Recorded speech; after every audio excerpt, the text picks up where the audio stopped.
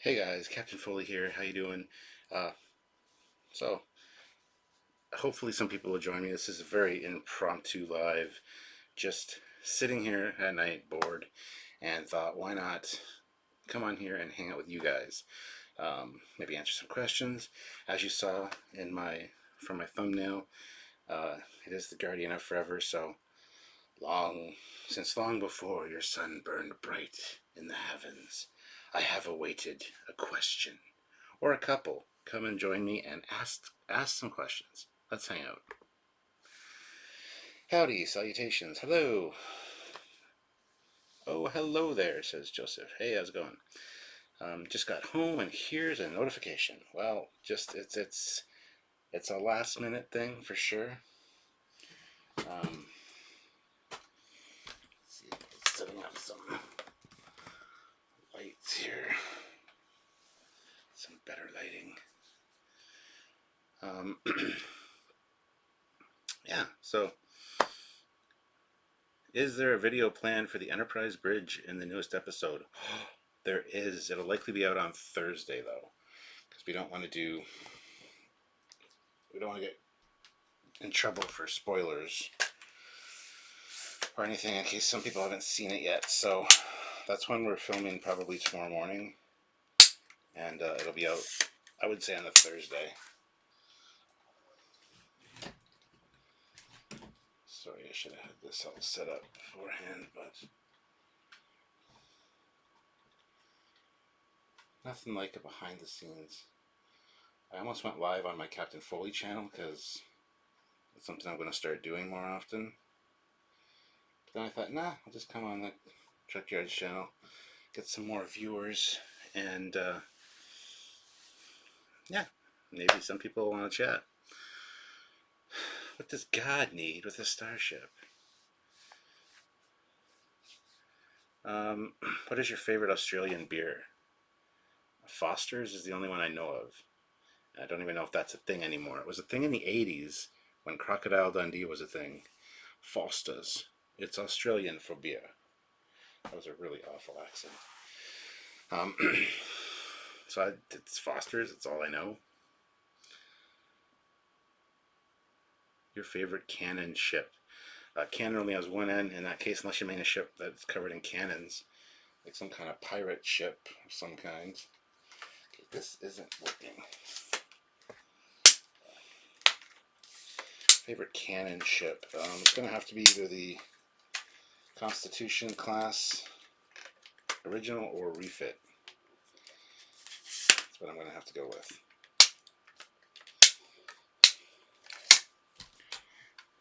Maybe that'll be better. Maybe. Dang it, have to go for a grocery run and now you're alive. Sorry, Ming Lee, I might be here when you're done. Is your 350 refit done yet? It is not. No. Has Samuel ever mentioned the Romulan War movie comes out? The trailer looked great. I'm not sure when it's coming out. I know he's done a lot of work on it, but not sure when it's coming out. No. So I'm going to have to say no on that. Hope you're still online when I get back, Captain. Until then, alright, see you, Ming. Live long and prosper. Hopefully I will be live when you get back. Rest in peace, Vonda. Who's Vonda? Am I missing something? I enjoyed a lot of her Star Trek book. Oh, okay. Yes, indeed. Come to think of it, where does God get his license from? Even God has to wait in line at the DMV, or as it is here in Ontario, the MTO, the Ministry of Transportation of Ontario. Yes. I was very sad to hear of her passing. Yeah, well, when anybody passes, it's sad, but yes. So yeah, I don't know what we want to do. Just want to chill out or whatever. I have nothing planned to talk about, not a goddamn thing. But Sylvie and I were thinking of doing a live earlier, and then we just didn't get around to doing it. We had other things we did, and got a lot of outside work done today, so I had one of those days. Um, Anyone here play Star Trek Timelines? I mean, I have it installed on my iPad. I haven't played it in forever, but I got quite a large selection of ships in that game, so.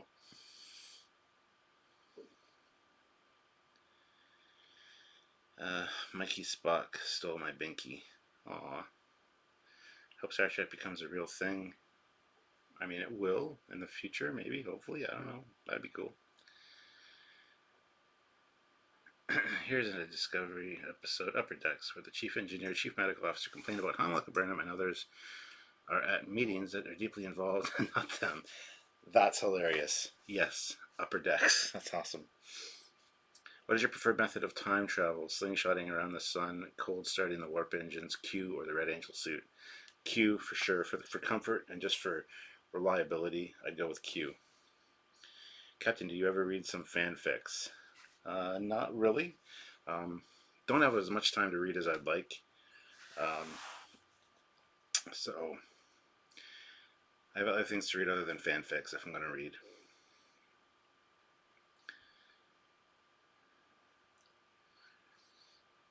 Hey, would you be interested in the original art from the book Star Trek Fun with Kirk and Spock, a parody? Or doing an auction, something with it? Hey, I'd be interested in some of it, maybe. Yeah, I actually did a fun, or was it Fun with Captain Foley? Where I read the book and show off the pictures and stuff. So if you guys haven't seen that, you need to check that out. God damn it. This is a really bad angle. Look at that. Q reliable, are you sure? Well, yeah, as long as he's working with you. Isn't it past your bedtime? No. I generally go to sleep around 3 a.m., sometimes 3:30. Um, and it is only 12:22 here right now.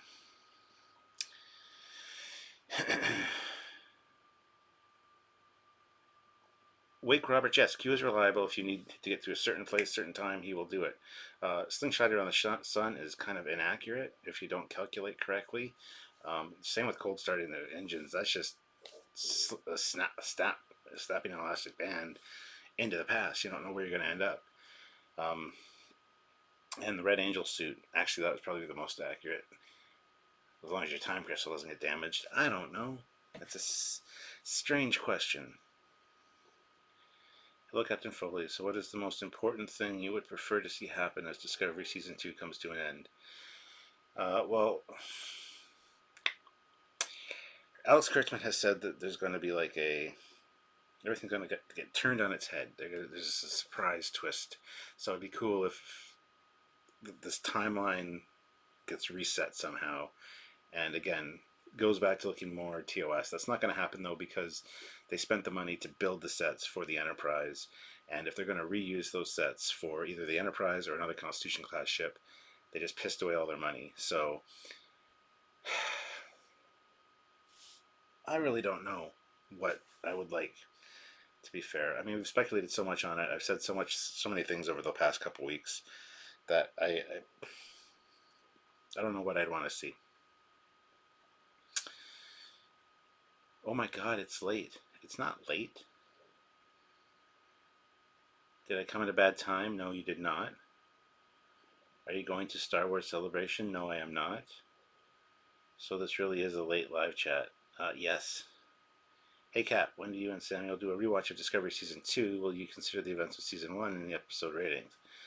Yes. I don't know if I want to do a rewatch. I don't even want to think about Discovery when it's done because we've been focusing so much on it. So rewatch is kind of out of the question for now. Maybe just before Season 3 airs, we'll see. I don't know. We'll have to see. I don't really want to rewatch it. And do reviews on it. I don't mind rewatching it. Just reviewing it each time is a little much. Would you rather have Spore Drive or Time Crystal? Personally, it's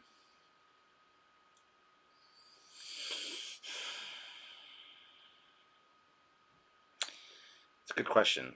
if I have the time crystal without the suit, I would assume that I can only move forwards and backwards in time, but not in space.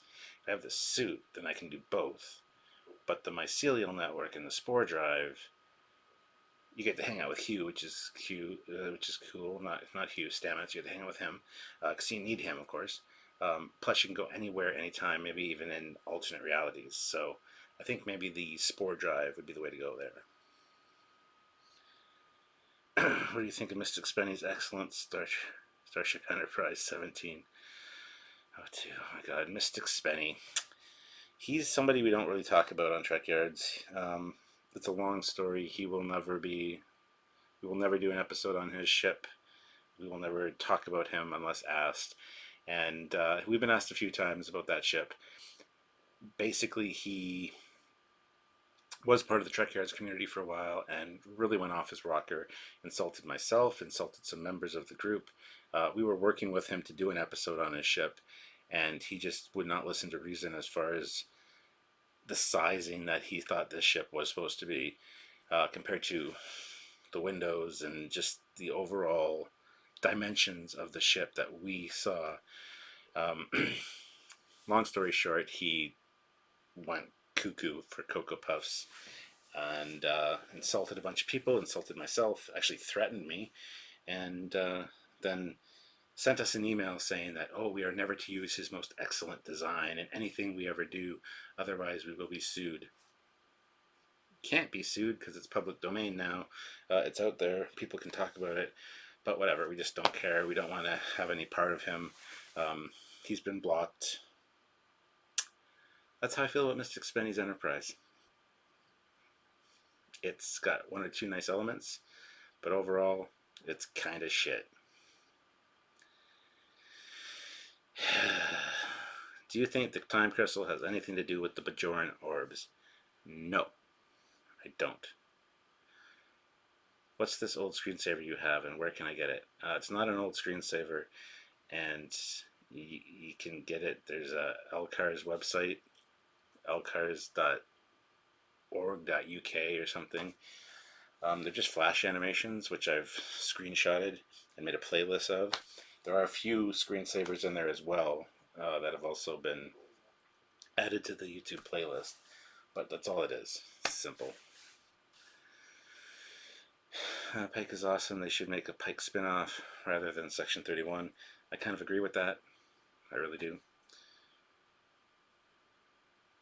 Chris Lord puts in £5. Thank you very much, Chris.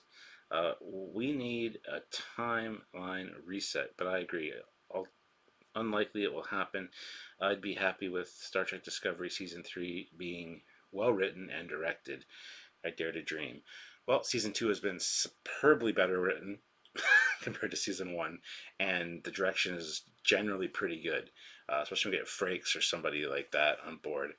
So Season 2 is looking better, is what I can say. And Season 3, hopefully they keep up the momentum. I'm sure they will. Hey Cap, Samuel seems more negative on Season 2 of Discovery, while you have made a good effort to find the positives of this season. I'm kind of surprised. I thought it would have been the reverse. I would agree with you. He has been kind of negative Nancy. He does like what they're doing. He does like some of the changes they've made and the better writing and whatnot. But yeah, he comes off super negative sometimes and just goes way off the rails as far as describing why he doesn't like it.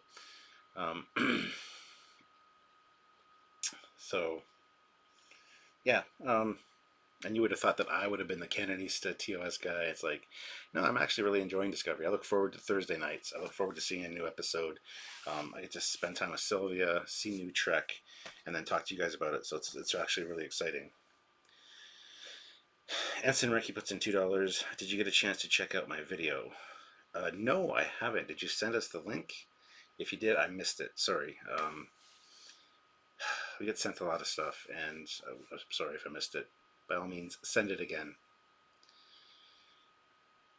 Samuel's nuts. That's why he's only a commander and not the captain. On its own merit, Season 2 is way better and a lot more focused than Season 1.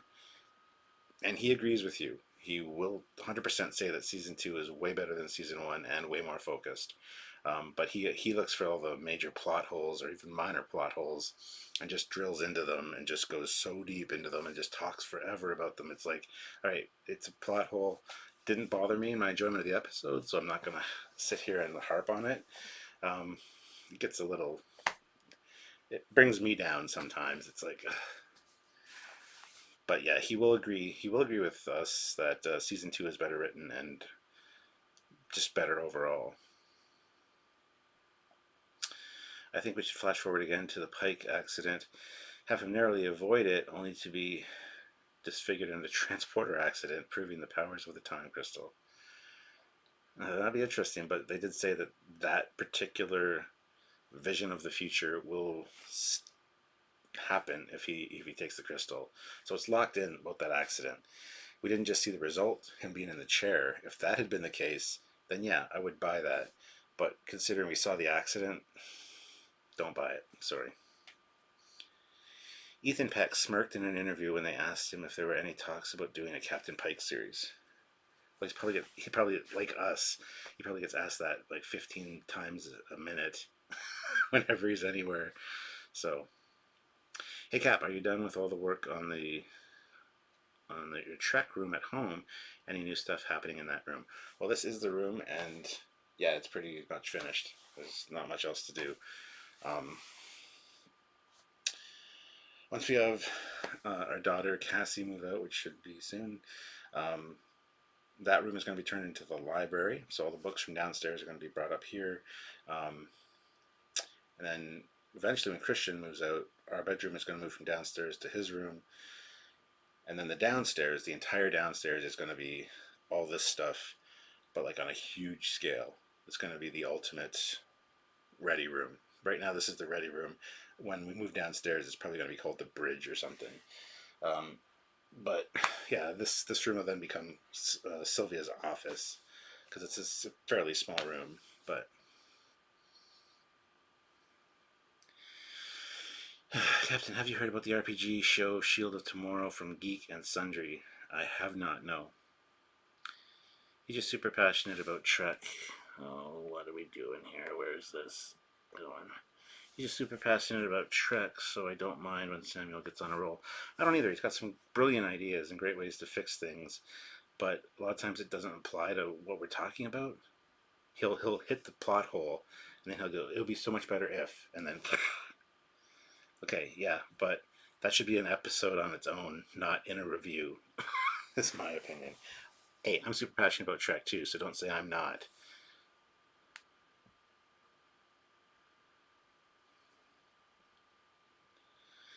Cap, it's more interesting to hear differing opinions, so I like it when you both disagree. Yeah, I mean, it just shows that we're not like scripting things like, oh, we gotta, CBS is paying us, don't you know? Because that Lamborghini's in the driveway. So we gotta be nice to it regardless. No, that's not how this works. If, and I'll say a lot of times right to his face on the live, I don't agree with you. I think we need to drop it. It's just done. Um, so yeah, I don't know. I'm enjoying it for what it is. I've accepted what it is. It's not going to be the Trek that I wanted. It's the Trek that we have, so we might as well enjoy it and look at the positives of it. Still point out the negatives, but try not to focus and dwell on just those. That's kind of my opinion. I could be wrong, but it's funny how people say, and I hate it because during a live chat, Samuel will go off for like 15 minutes on something, a little plot hole that I addressed and thought, okay, yeah, it's a plot hole, but not really a huge deal, right? And then people will be like, yeah, I agree with Samuel. I agree with Samuel. Samuel's got some good points. I agree with Samuel. It's like, yeah, I do too. But this is a review, so let's not focus 15 minutes on like a 3-second plot hole that was just poorly written when we need to finish the episode. And not a lot of people say they agree with me lately, which is kind of disheartening, but at the same time, it's like, okay, it's fine. You guys are going to say what you got to say, so.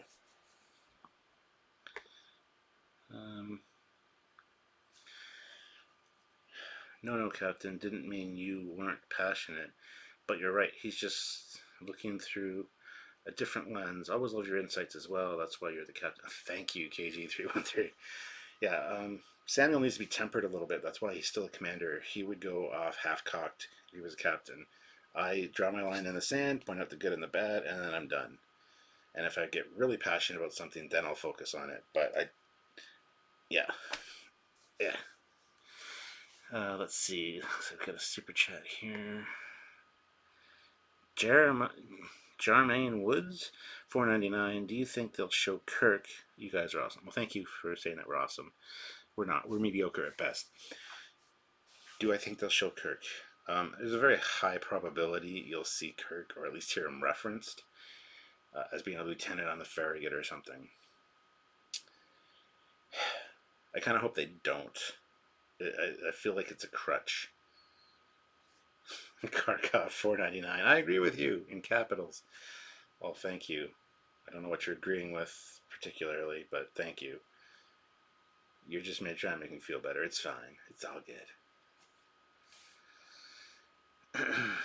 I would say you're more forgiving than when they do certain things, but those things take him out of the show, and I get both of those perspectives. Yeah, well, he's watching it as a filmmaker and a writer and a director because he's done his fan films. I'm watching it as a Star Trek fan, so the canon inconsistencies or the visual things bother me quite a bit. But we've already settled into season 2 of this look, so it's worth, when you see something that's wrong or something that's right, you mention it, but you don't dwell on it because it's already established its aesthetic, its look. So they've made that bed, they're going to lie in it. So there's no sense making every review about everything that's wrong visually. And I just enjoy it for the fact that Star Trek's back on the air. He looks at it, yeah, a little bit differently. And sometimes that really bugs me. But overall, we don't hate each other. We get along very well, Samuel and myself. But you can tell sometimes when I'm getting a little frustrated. There's the odd time, too, where he'll get a little frustrated and kind of shut down a little bit on a live, but you can probably tell those instances, and we kind of take over for the other one when that happens. We're a good team that way. So, did you grab my link? No, I did not. Is it in the chat? If it's in the chat, I didn't grab it. Please email it to trekyards@hotmail.com and just put Ensign Ricky as the subject, so I know. I do enjoy Discovery, but it does feel more like a CBS reaction to other serious serial shows, Game of Thrones, Breaking Bad, etc., as opposed to the old episodic norm of Star Trek. They want a piece of that pie. I totally agree. That's why when you watch Discovery and then right away watch Orville, it's like, oh, Orville has such a TNG Star Trek vibe. It's episodic, it's bright, it's optimistic. I almost said the acronym. Star Trek Discovery doesn't. They did do a few episodic style shows in the middle of this season, which I think worked out really well, and they need to continue that vibe. I like that they were bookended with the overall arc, but generally they felt like an episodic episode, so that's what they need to do. Andrew Hendricks puts in $5 Canadian. Thank you very much, Andrew. I definitely have been agreeing with you more. Hold on. With you more the last couple of episodes and your approach. Try to be positive, point out the negatives, but try to enjoy. Yeah. Otherwise, I'd just be super depressed and annoyed all the time, and I can't be.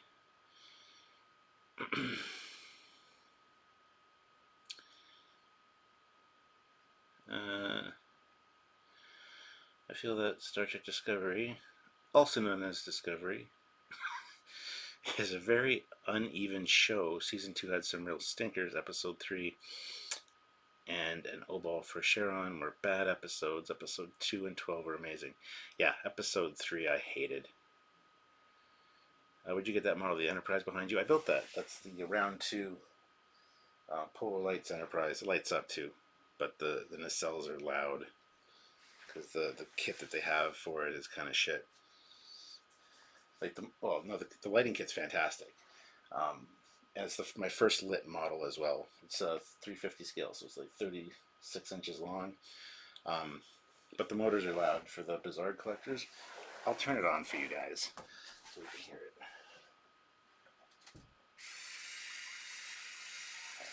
It's probably not too loud because it's back there, but it gets kind of irritating after a while. They do have quiet motors, but they didn't when I got this kit. But yeah, Tenna Controls has some LED ones and a few different choices for lighting it up. So, but yeah, that's it. If they do introduce Kirk, it will be a surrounding the vampire cloud creature from. See, Wake, that's funny that you mentioned that because I said the exact same thing to Sylvia probably 2 weeks ago.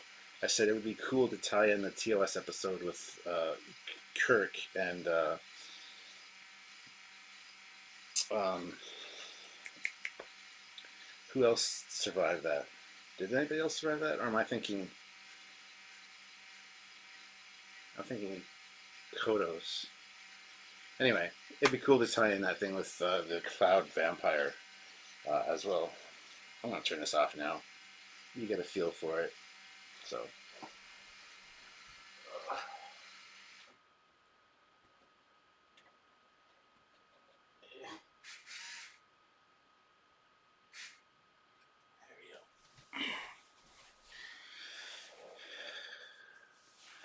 It'd be nice if it lit up without the motors. Yes, it would. I could have had that option. I could have wired in a thing to dial up the motors to different speeds, but I have no goddamn clue how to do that. I don't know anything electrical.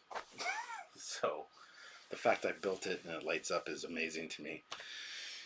But if I ever build another one, I will have that option. Plus, I'll have quieter motors regardless. But I'll have the option to turn the motors right down so that they're stopped, or spin them up, or make them go slower. But yeah.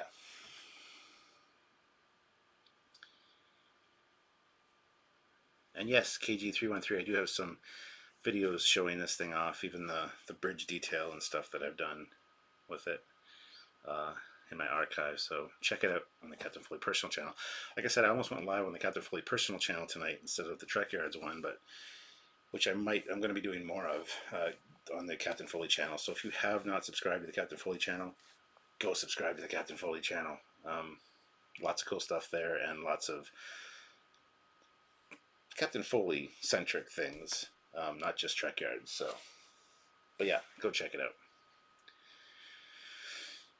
Plus, me and Sylvia will be doing a lot more lives from that because a lot of them will be off topic. They won't be Star Trek related necessarily. So it's just a better home for them on the Captain Foley personal channel as opposed to the Trekyards channel. So.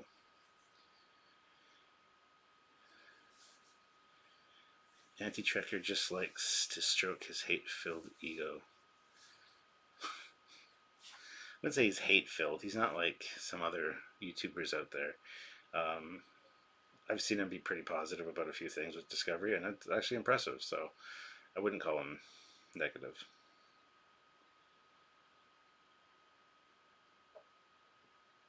Yeah. Thank you, Necroglavio. I know the sound of.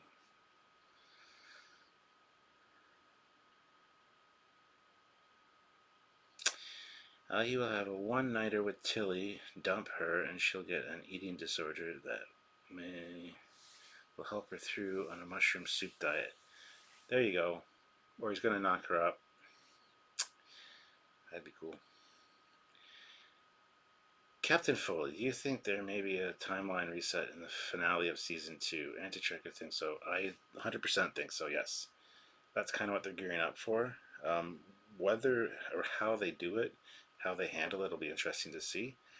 But I'm hoping for it, yes. Tony Floyd, permission granted. Doomcock, Mecha Random, Nerdrotic, Midnight's Edge, yes. Anti-Trekker has been better lately, had some real nice things to say about Trekyards too. What? He talked about Trekyards? That bastard. And saying nice things to boot. What the hell? I think he's been nicer to Discovery because every time I tune into his he's always something negative on Discovery, and I'm like, oh, negativity again. And so it's kind of like this ongoing joke we have now. Since you're a Transformers fan, will you ever cover the Ark? We did cover the Ark. We covered the Ark and the Decepticon Nemesis ship. They are both covered on Fleet Yards. So if you haven't looked up Fleet Yards, go look up Fleet Yards Autobot Ark. We did an episode on it. Not a fully detailed one where we went into all the stats of the ship. It's just a mission briefing where we look at the design. But yes, we have done it. How I'm curious, how often do you watch all the other shows? I start with Enterprise, finish with Voyager. Um, Sylvia and I tend to watch a series and then go back and watch another series. But since I'm in Canada and we have the Space Channel, every weekday is different Trek. So Monday you've got TOS, starts at 3 o'clock, runs till about 7. So you get like 4 or 5 episodes of TOS on Monday. TNG on Tuesday, same amount of time. Voyager on Wednesday, Deep Space Nine on Thursday, and Enterprise on Fridays, and all from like 3 till 8. Thursdays is nice because it's Deep Space Nine, and then at 8 o'clock is Discovery. And then later at night, starting around midnight or 1 o'clock, they start playing different Star Trek shows again. So I kind of have been watching them all, like in the afternoons when I'm done recording and whatever. I'll go hang out in the living room and just sit down and watch Star Trek and play on my phone or take care of emails, whatever. So I kind of always have Trek on. But yeah, Sylvia and I will make a point to go, hey, we need to watch Voyager again. So we will watch like an episode or 2 every night until it's done, and then watch another series. So is Leland dead, and Gant was the receptacle for Control, or did Control copy into Gant? Copied into Gant. I'm sure we'll see Leland back. I'm pretty sure Leland is not dead. I'm sure Leland is dead, but not Control Leland. Control Leland will come back because he was in an escape pod. And personally, I want to see the actor again. I did like his character. I did like the actor, so. But yeah, Leland is dead. Anti-Trekker is mild sauce compared to personalities like Doomcock, Midnight's Edge, Neurotic, and even Mecha 42. Absolutely he is. The other ones are just hate for hate's sake. Not one good word is ever said by them, and that's kind of a shame. How many scale models do you have? What do you mean by scale models? What does that mean? Clarify that. Trek reviewer, did you notice that the actor who played Ariam in season 1 plays the new Spore Drive Ops operator? Yes, I did notice that.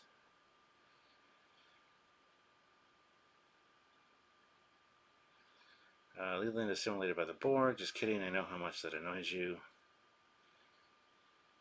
Yes. Dude, by the way, just realized how cool it would have been had TMP and Wrath of Khan had the blue frame to the view screen. Yes, the blue. I like the blue around the view screen. I think it's cool. Ash was in the escape pod. You're right. Sorry. Leland was on the ship that warped away in Mass's warp signature. My bad. Ash was in the escape pod. You're absolutely right. Sorry. My bad.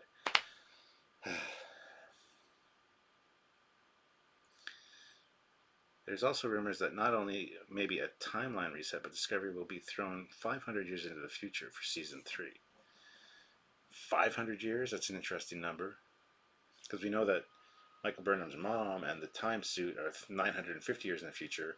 We know that Calypso takes place 1,000 years in the future. But 500? That's interesting. Maybe they try to do a jump to the future and it fails and they only get like halfway and then they have to like recombobulate themselves. And that's what the season 3 is about. That'd be interesting. Hey Captain, is there any 60s series that you would like to see reimagined, like Wild Wild West or The Invaders? 60s series.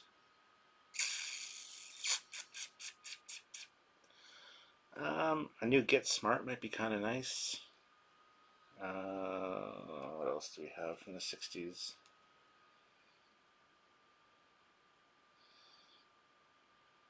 I'm actually not even sure. I would love to see. I know it's not the '60s, but Buck Rogers reimagined and modernized. That'd be cool. Um, Magnum PI. I'm really enjoying the new Magnum PI. Didn't think I would. I'm a huge original Magnum PI fan. When I saw they were remaking it, I got really excited when I saw the trailer. Didn't think I was going to like it too much. I'm really enjoying the new Magnum PI. So, oh, one thing they do need to remake is The Greatest American Hero. That is just waiting for a remaster or a redo. And I can see them making the main character a girl. And it would be fine. It would be fine to do that. But The Greatest American Hero is a fantastic show. If you haven't seen it, you need to watch it. Um,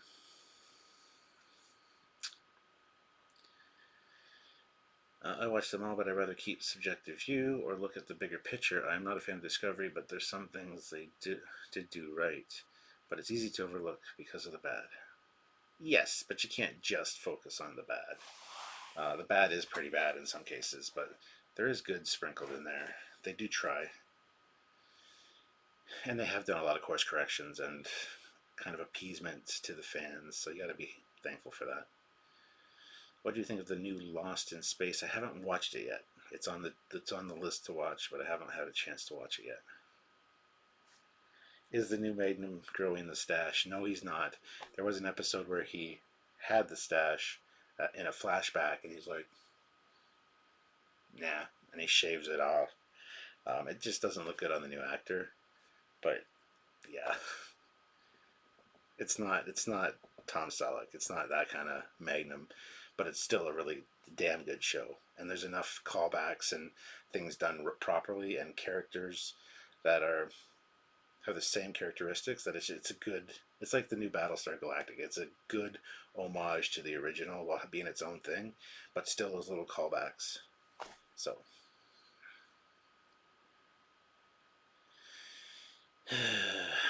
they did make one Captain the Greatest American Heroine. They did? Really? Really? I haven't even heard about that.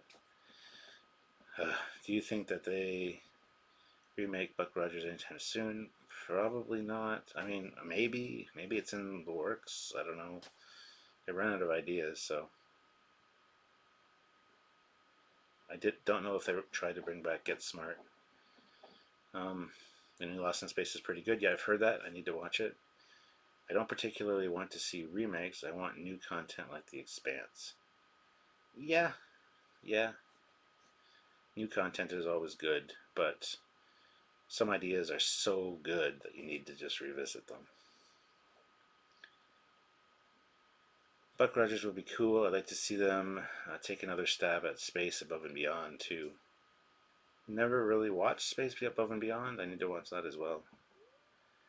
They did it in the early 2000s. Didn't last very long though. Well, I need to look into that. I didn't even know that was a thing.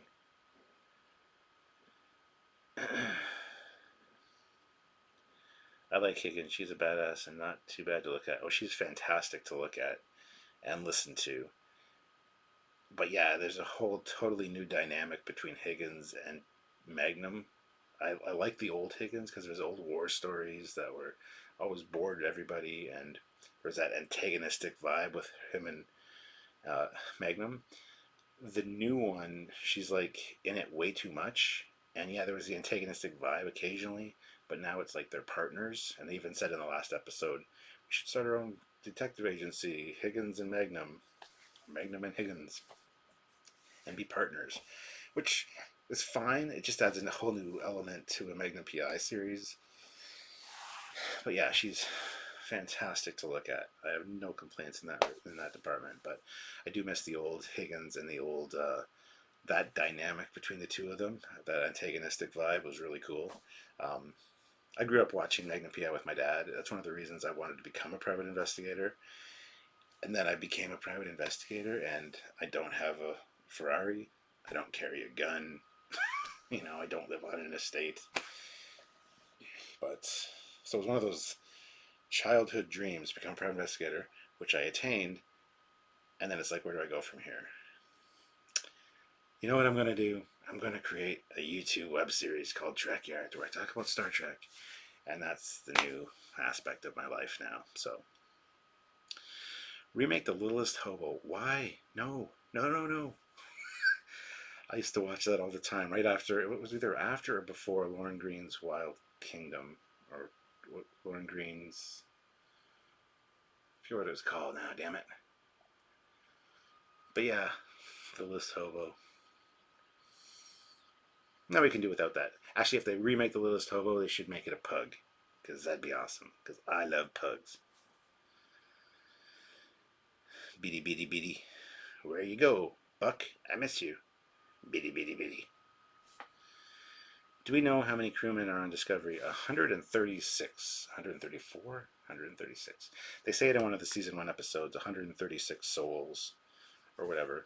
So, you were more like Rockford. Oh, don't. I never liked Rockford.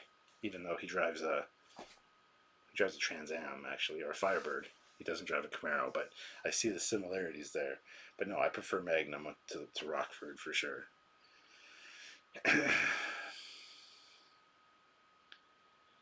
I call shenanigans on the Ferrari. If you drove that Ferrari every day, it would break down all the time. Mm-mm. I would never want a Ferrari. I'm not a Ferrari guy. I'm a Lamborghini guy. So there's either Ferrari or Lamborghini. I'm Lamborghini. Duracell or Energizer. I'm Duracell. Coke or Pepsi. Definitely Coke. Um, Mustang or Camaro. It's pretty obvious. Camaro. Uh, I have my things that I like and the things I don't like, and I'm kind of set in my ways. Captain Foley, have you seen Once Upon a Time? The TV show? Yes, I've seen a few episodes, but I never got into it.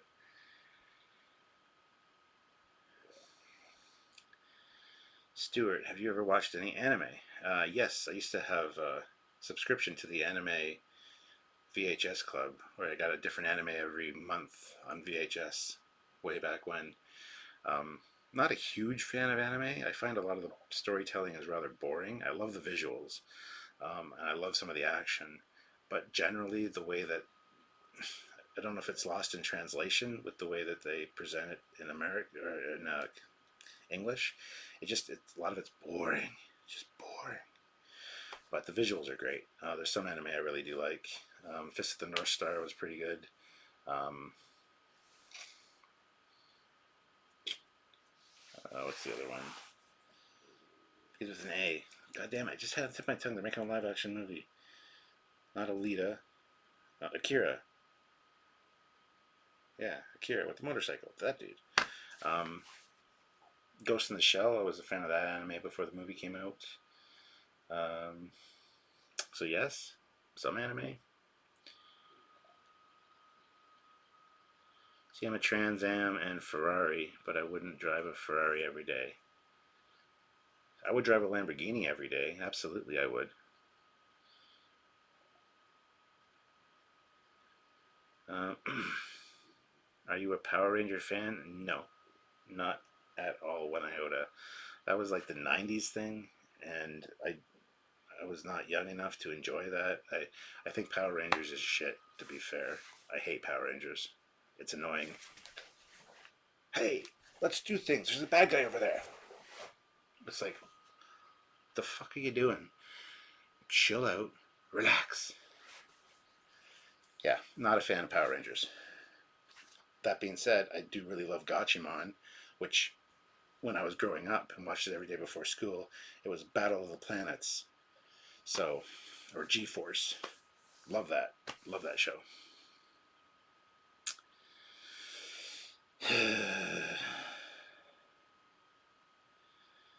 I still want one of the Galactica bikes. Oh god, I'm watching the original Battlestar Galactica again because I just got it on Blu-ray.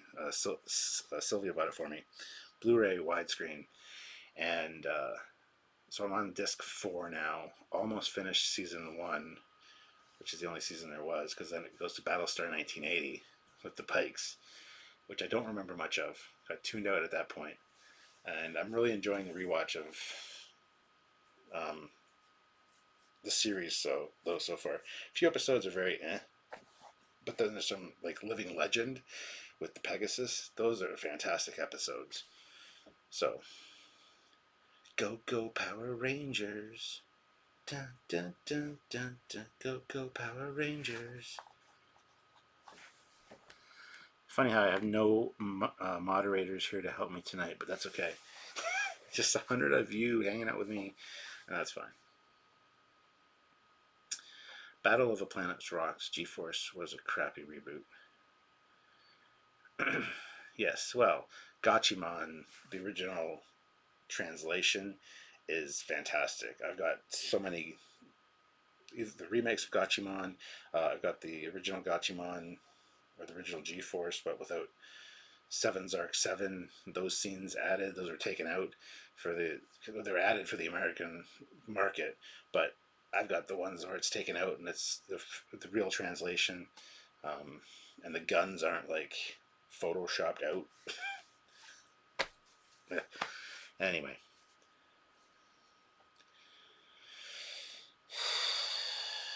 has anyone seen the new Ultraman on Netflix?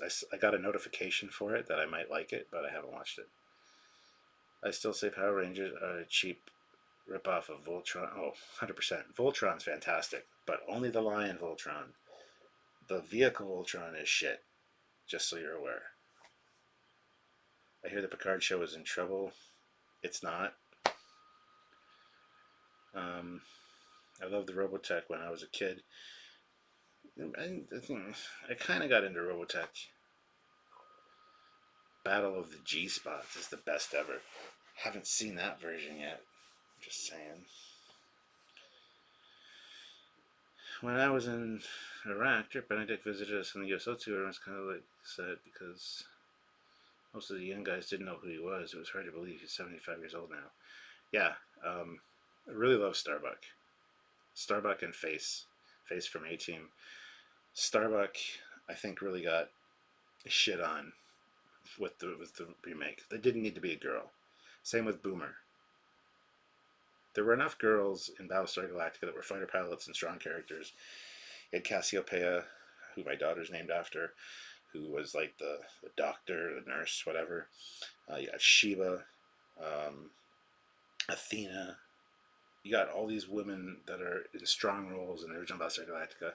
There was no need to make Starbuck a woman. So hashtag not my Starbuck. Plus, I absolutely hate Katie Sackhoff. I cannot stand her at all. They shouldn't have fucked with Starbuck in the new one. That's one thing that really turned me off of that show. I still haven't watched all the new Battlestar Galactica. That's another thing that's on the watch list. God damn it.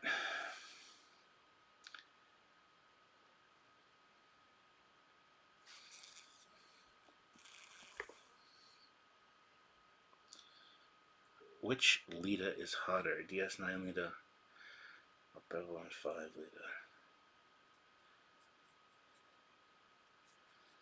Lita? Probably Deep Space Nine Lita. I'm trying to picture what Babylon 5 Lita looks like. I don't even know. I still haven't watched all of Babylon 5 yet either. Midnight Edge says a lot of things. Midnight Edge is full of shit, is what it is. The source that they have is somebody that we know. They've known for years. And the source that they have, the information they get, is right maybe 15% of the time. 15% of the time, not 50. 15. It's the same source that Doomcock has, that Mecharandum feeds off of. The guy still talks to us occasionally, but I'm not going to say who it is. It's not even worth it. But they're full of shit. They hate new Star Trek. They hate JJ. They hate anything new. So they weave all these lies and bullshit into some kind of scenario, and then Midnight's Edge or whatever puts it out there, and it blows up, and then all of a sudden we hear about it, and it's like, oh my good God. No. Take everything you hear from those guys with a grain of salt.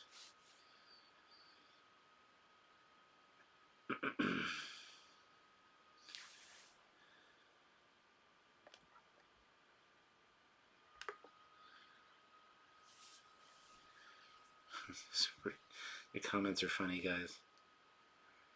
Babylon 5 is amazing. You must finish it. Yes, I've been told this. I have them all. Somebody sent me the entire series to watch. But me and Sylvia started watching it and then kind of got sidetracked by something else, and it's just been sitting there, and I forget where we are now. halfway through like season 3. Yeah, I need to revisit that stuff. So what do you think will happen to Section 31 ship that Spock and Burnham? Oh my god, here goes the chat flying by. Sorry, guys. That Michael Burnham were on, do you think it will take part in the battle, or did they just abandon it? That's a good question. I have no idea what they did with that ship, whether they brought it back with them, whether they went back to their shuttle, took their shuttle back. I have no idea.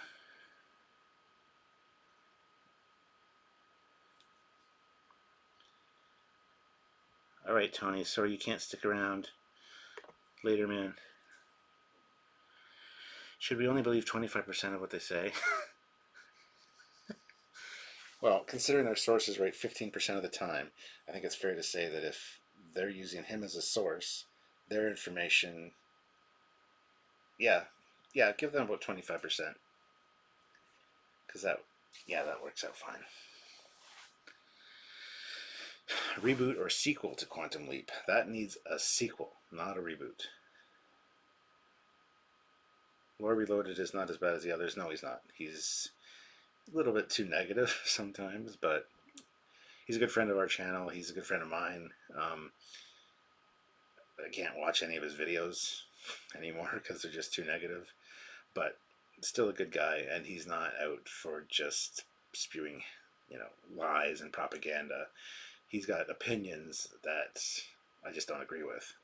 So, I remember Star Blazers. Yep, my good friend Ash is a huge Star Blazers fan.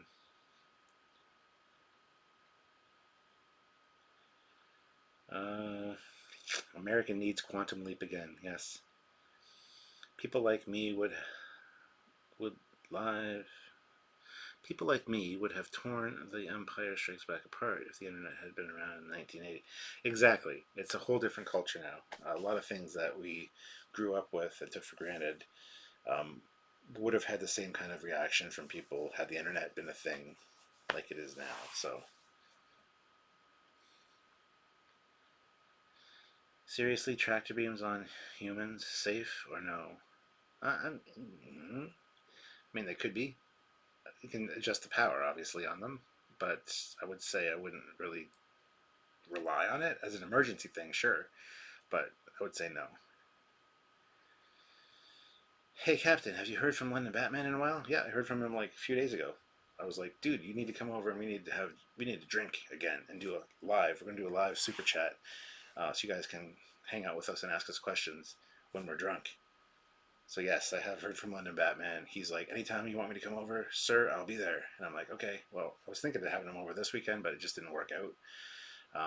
Maybe in the next week or two, we'll have him over on a weekend, either Friday, Saturday, or even a Sunday night. Not really sure. Probably a Friday or a Saturday, though, to be fair, so that more people could watch. I know the nice weather's here. We can even put the laptop outside and, yeah, don't worry. There'll be more London Batman. And you'll be able to super chat as well, so you can make us do things or do truth or dare or whatever. That'd be fun. I like Trekyards and Anti-Trekker. Macarena Doom Cut, not a big fan of. Well, thank you, Zachary. What actor would you choose to cast as the captain for Star Trek Discovery Season 3? What actor would I choose? Wow.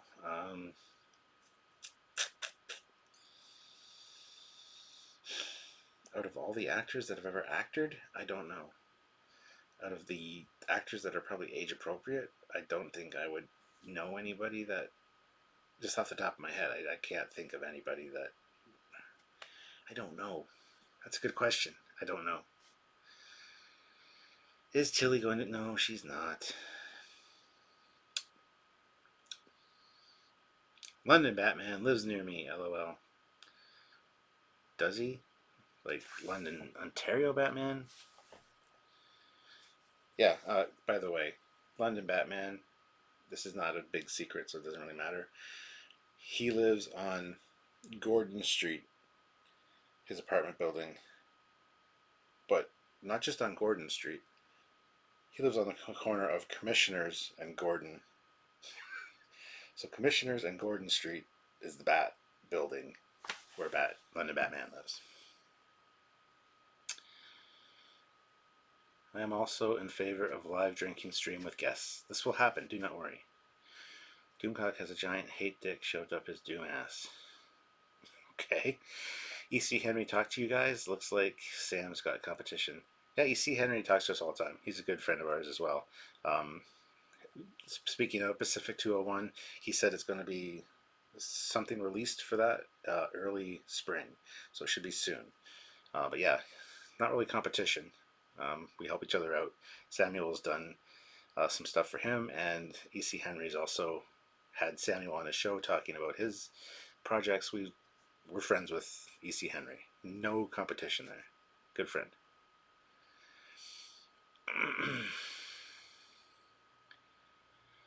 Cap, when you saw the Enterprise saucer explode in Star Trek 3 for the first time, do you remember your emotions and thoughts were? No, because I was too young. I don't remember. Is Trekyards full-time or do you have a day job? It's a long story, which I don't really want to get into. Trekyards is becoming way more full-time, but that's all I'll say. I've kind of, like, you heard what my occupation was. Now I'm more of a consultant. Long story. I don't want to get into it. You just doxed the Batman. No, I haven't. We've mentioned it on live streams before. It's something that he is very proud of, that he lives on the corner of Commissioners and Gordon. He didn't even realize it until one day when they were filming a thing for was it Fanatics? There's a show called Fanatics where they visit super fans of things and interview them, and he didn't even realize that he lived on the corner of Commissioners and Gordon until the host pointed it out to him as they were talking to him on the street corner. So he's like, "Oh, what?" It was pretty funny. So I didn't dox him. Trek reviewer, bye. See you later.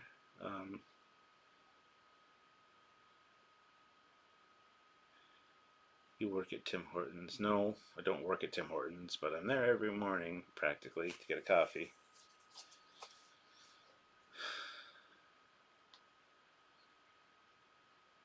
$10 in the UK. Shut help. 6 point. What? What? Gotta call it a night. I want to say thank you, Captain, for hanging out with us tonight. It was a fantastic way to end my weekend. Well, thank you, KG313. Have a good night. Glad you enjoyed it. Glad you guys enjoyed hanging out with me.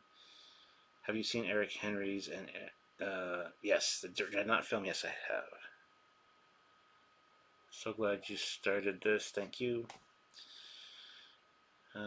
That was emotional. That's why I have such a love-hate relationship with Star Trek 3. I love Star Trek 3. Lots of new ships, which I love. Commander Samuel is pushing you out. Out of what? He's got his own thing. He does his fan films, animations, and I do my captain's logs and reviews and all that. So we have our own lives outside of Trekyards. I had liked Star Trek as a youngster, but it wasn't until my mom took me to see Star Trek 3 in the theater that I really started becoming a Trekker. It's Trekkie, but that's okay. I caught on to syndicated reruns pre-TNG. What are your top 3 TNG episodes? Oh my god, it's not a fair question. There's too many, and it changes depending on my mood. Parallels is up there, I think. Yesterday's Enterprise.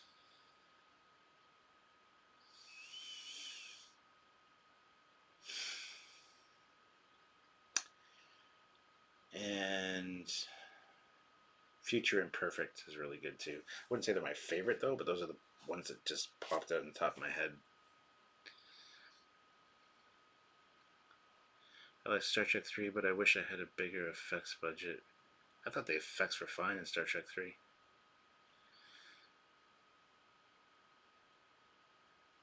Oh, 6:15 a.m. in the UK. Oh, okay. Sorry, I don't mean to keep you guys up. It was funny when I went to go live. I was thinking, damn, it's really early or late in the UK. But I'm like, okay, well, we usually don't go this late. I usually don't do a live this late, so I can get people in the, in California on the Pacific time zone. Get some new people in. what is the difference between Trekker and Trekkie? All right, Trekkie's the original one. Actually, a Trekkie is somebody that knows every kind of nuance of the show. You know, how many decks on the Enterprise. You know, the little nuances of the show, episode titles. A Trekker is somebody that follows Star Trek, loves Star Trek, but and has watched them all. Might not know the episode titles, knows the general plots, but doesn't know all the minutia. You know that Janeway had a dog, or that um, an EPS conduit goes, you know, through a particular bulkhead. I don't know. They don't know that GNDN on TOS piping in the hallway, GNDN means goes nowhere, does nothing. That's more of a Trekkie thing. I think Trekkies are more involved in the minutia and the in-universe stuff, whereas Trekkers are just people that really like Star Trek, have watched it all, but they don't spend the time to read the technical manuals or watch Trekyards. That's the difference, in my opinion. Plus, Trekker was made to sound cooler because Trekkie was always like used as an insult. So Trekkers came about to protect their manliness, to be Trekkers. It's like truckers, but that's how it started. And then we came up with this definition of Trekkie versus Trekker and the difference. It is what it is. Call yourself what you want.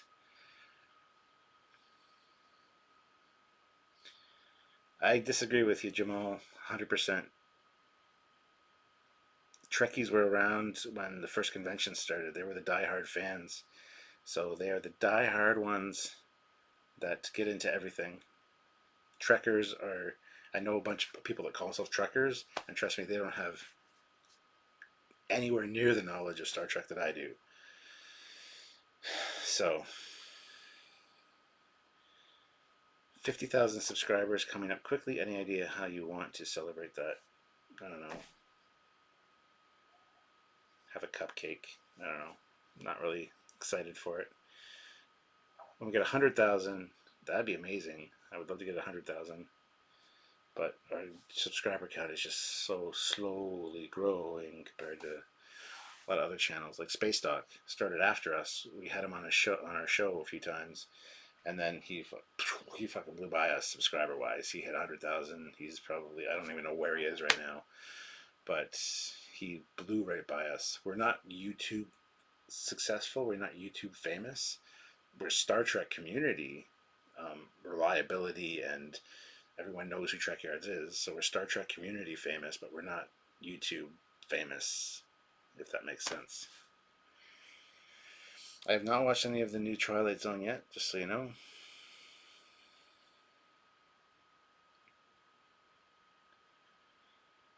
Know the difference between Captain Foley and Captain America. One is our hero, the other is Steve Rogers. That's funny. I gotta remember that. I gotta tell Celia that. She'll get a laugh out of that.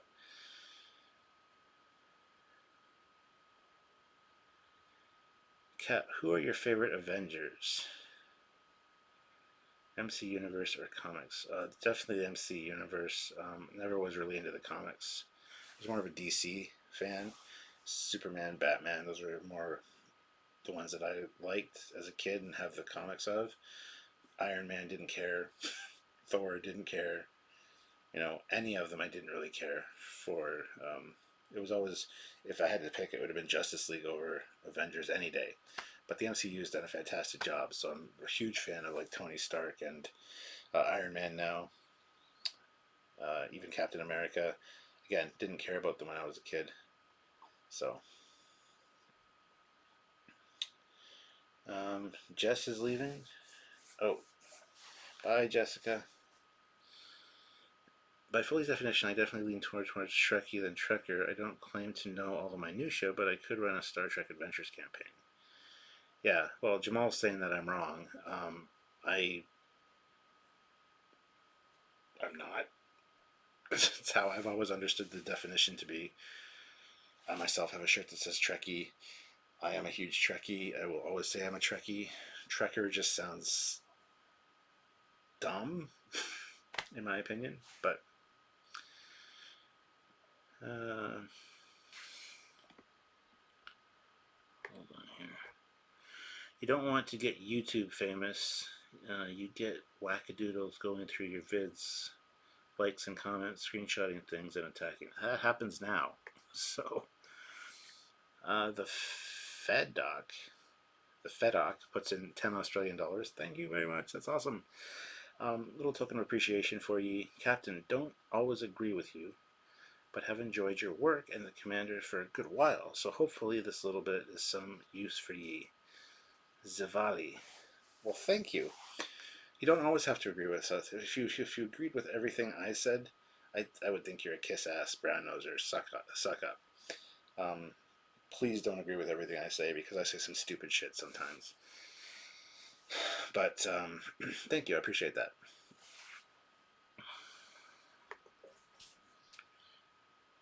Trekker, we're all fans. Well, exactly.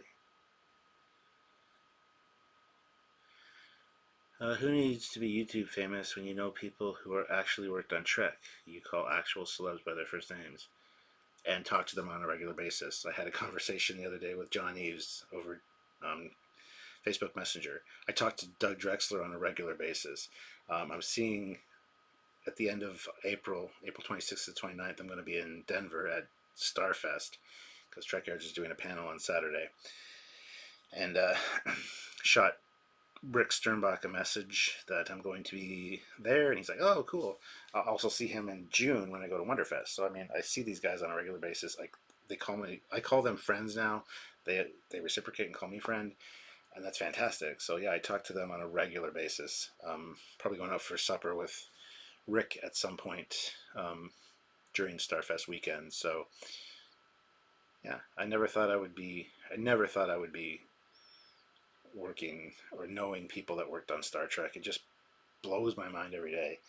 Um, if it wasn't for the internet, Trekyards couldn't exist. It was the right people at the right time, and it just hit firing on all cylinders. We did really well our first like 2.5 years, growth and whatnot, and then it kind of leveled out, plateaued, and we're just plateauing right now.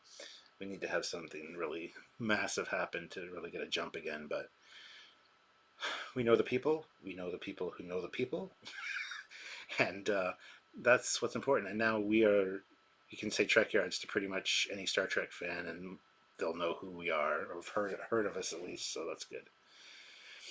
I will see you at Starfest. Dean, you will be at Starfest. That's cool. Okay. The Trekyards panel, is Orville versus Star Trek Discovery, different approaches to sci-fi, and that's going to be on Saturday at 11. I forget which room it's in. So I'll be there, and we'll have a presentation, and then we'll have a Q&A afterwards. And then Sunday, we'll have a Trekyards table or booth. So if you're there both days, come by, grab some cool. We got some stickers, bumper stickers, little clings. We got a whole bunch of cool like Trekyards merchandise you can pick up if you're going to be there. So Trekyards, give us Cliff Notes version of the fanfic episode written by the Cap. Oh my God, Samuel's been asking me to do something like that, and I'm not. I don't have anything prepared. Sorry. Is Samuel coming to Starfest? He is not. No. Have you ever considered doing a Trekyards podcast? We did a podcast for a long time. We did a podcast for maybe a year and a half. It was every Sunday. We did a Trekyards podcast where we talk about different things, not necessarily Trek related, and they just didn't prove super popular, so we stopped doing them. So they're on the channel. Check them out. Just type in Trekyards podcast. You'll see them. Proper Trekkies appreciate all fans. It's in their DNA. Absolutely. Hail Trekyards. Hail Wade. There you go. Everyone set your phasers to like, please. Yes, everybody hit like. That'd be awesome. I love the Orville and Star Trek Discovery equally, as do I, but for different reasons. We just want to talk about the different approaches to sci-fi. We're not going to knock either one of them in this panel we're doing.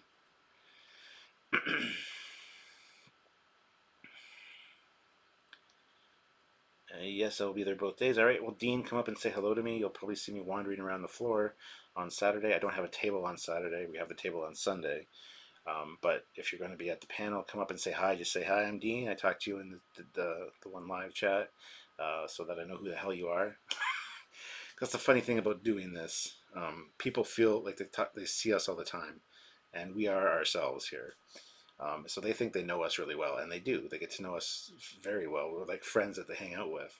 So they have all this knowledge of us, and then they come up and meet us, and they're like, "Hey, how's it going?" And we're like, "We have no idea who you are." So by all means, introduce yourself. Let me know who you are. I'd love to get to know you and possibly hang out. I don't know if I'm going to be doing a meet and greet when we're in Denver to see if any Denverites want to come and hang out with the captain, but I don't know if I'll have much time for that. I'm staying at a friend's place, and we have a few things planned besides the convention, so I'm not sure exactly how the weekend's going to go, but by all means, come up and say hi. Fireside Chats has to go. See you later. Thank you for watching. So, Kat, how's the 350 refit coming along? It's not. It's kind of installed. I need to get back on that. Are we getting a new season of Orville or not? Nothing that I've heard of yet. I don't actually care about Trekker versus Trekkie. I just heard Trekkie used more as an insult when younger. Liking Trek is good enough for me. Yeah, Trekkie was used as an insult when we were younger. That's why the new Trekker movement in the 90s this came about. This whole, we're not Trekkies, we're Trekkers because it sounds cooler, and everybody insulted us when we were in public school by calling us Trekkies. That's where it came about, the whole Trekker thing, and then they got these definitions of what each meant, and it's just, we're Star Trek fans. Denver Airport is creepy as fuck, just so you know. Wellington Smithopolis Esquire said Denver Airport. That horse, man. The horse. As I've stated before, I hope the Fox Network will renew the Orville for season 3. Otherwise, ABC should pick it up. Yes, the Orville is owned by Disney. Yes, they need to renew it. Fox has an awful habit of canceling really good shows, though.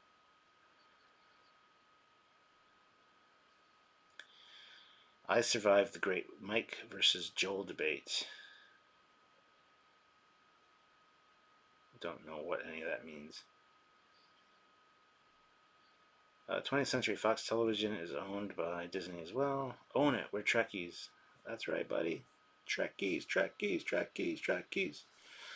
Only it wasn't a debate, it was a war. Any PTSD from that? Premier Miller puts in $5. Thank you very much. Cap, I need help. I have a Franz Joseph technical manual, but I can't tell if it's the original or reprint. It's in a vinyl cover. The book itself has a red cover. That is an original. I have a reprint. I don't even have an original. I don't have the vinyl red covered one. You've got an original one, I'm 1000% sure. I just have the standard reprint, like the 20th anniversary reprint one, but it's signed by William Shatner, DeForest Kelly, not DeForest Kelly, sorry, William Shatner, James Doohan, and Walter Koenig, so I got you trumped there, probably. Trekkers are hardcore into factoids of sheer Star Trek. Trekkies are into the holistic vibes of it all. It's like contrasting the 60s with the 70s. I disagree there. Trekkers, no, I'm not a Trekker. The over ratings are not that great. They have fallen below 3 million. I find that hard to believe, but okay. I was always team Jokey. I'm a Joel guy, but Mike wrote his riffs and his host brought a hell of a lot to the table. What the hell are we talking about? Oh my sweet baby Jesus, I own an original too. Yeah. Yeah, my books are all just over there, so. Oh, an hour and 14 minutes, and you guys aren't bored yet? I'd be bored. I'm boring. I don't know why people want to listen. What the hell is this?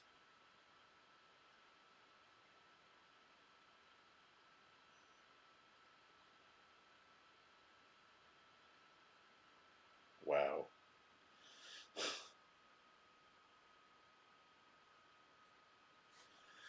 Alright, just dealing with some Trekyards admin stuff.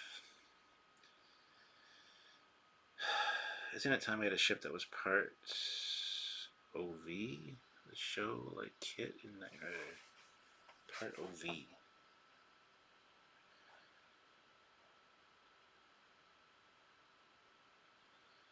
Good morning from Austria. Ah, hey Austria, how's it going? Inside politics, Austria. Inside politics. I'm not big into politics, so I don't know why you're watching me, but thank you. Much appreciated. Raccoon Media puts in €10. What do you consider the most mind-blowing sci-fi from the last 5 to 10 years? It's mind-blowing sci-fi. 5 to 10 years. I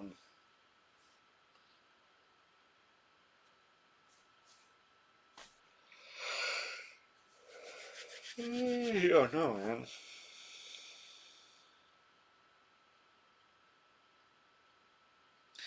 I have no way to answer that question. Either I'm too tired or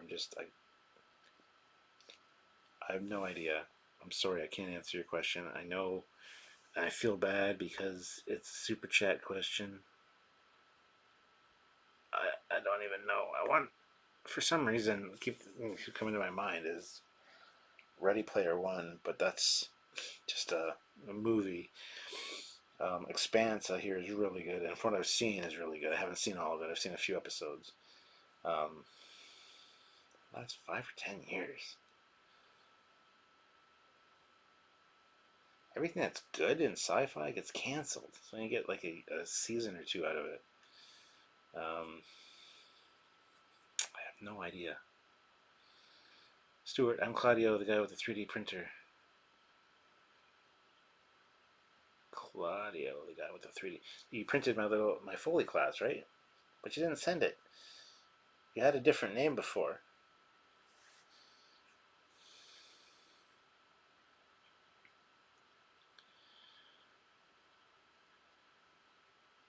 Yeah, and the fact that I have people from all over the world watching my lives is incredible to me. New BSG, yeah, the new Battlestar Galactica was excellently new sci-fi while still maintaining the original Battlestar Galactica vibe and paying homage to it. So yeah, Battlestar Galactica has got to be up there for sure. Star Trek Axanar. Axanar was good. Prelude Axanar was good, man. I really was looking forward to seeing more from them. They are still doing things. I don't know. I'm still looking forward to seeing what they produce, but man,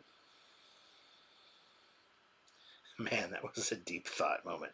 Now that was I'm tired, but not too tired. Not tired enough to go to bed, but tired that just my brain is like slipping a few gears. Axanar has not been made yet, so it doesn't count. Well, Prelude Axanar has, so it kind of does count. That is a hard question. All sci-fi has its positive and negatives. Yes, thank you, Zachary. That's a great answer. Axanar has changed the way we look at fan films legally, so it should count. Yeah, well, Prelude to Axanar should count.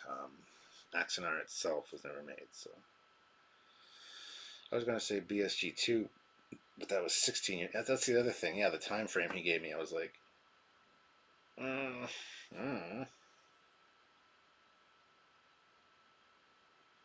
JJ Trek? I can't even say that with a straight face. Yes, I had a different name. I printed the TOS Enterprise and asked you for the plans of the Foley class, but didn't get it by now. The plans of the Foley class.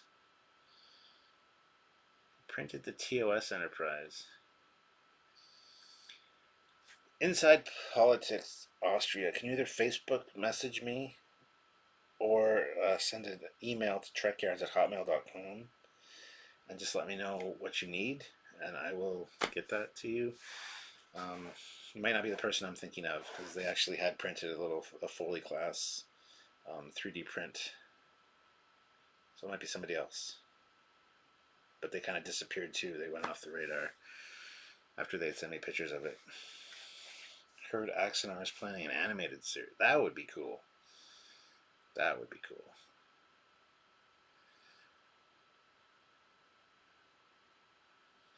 Did you enjoy the Black Mirror Star Trek? Yes, I thought that was a fantastic episode. Yes, yes, I did.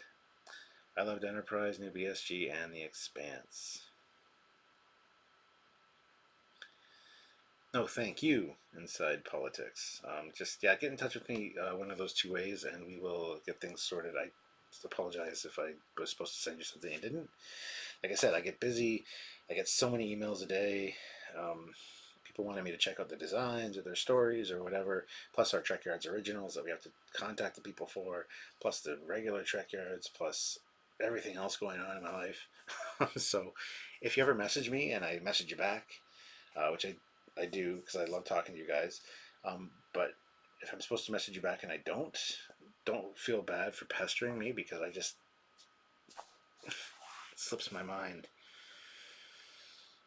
Kat, did you watch the two-part Star Trek Continues finale?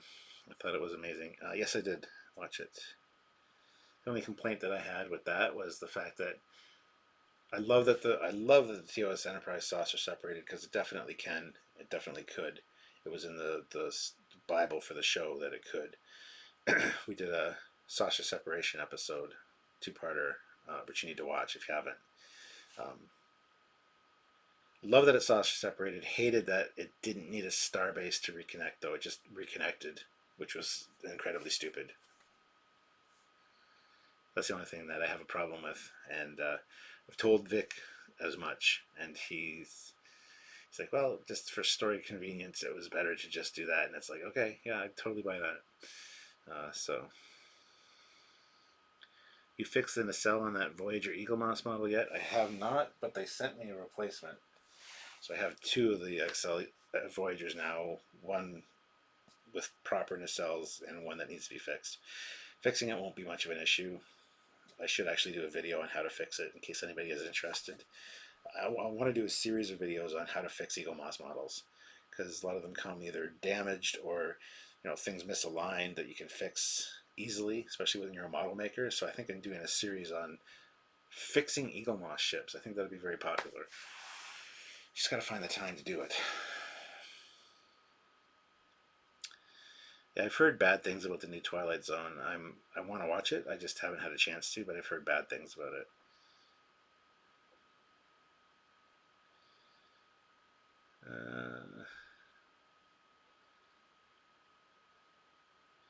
I will take the broken one if you don't want it. Well, I was trying to decide what to do with it.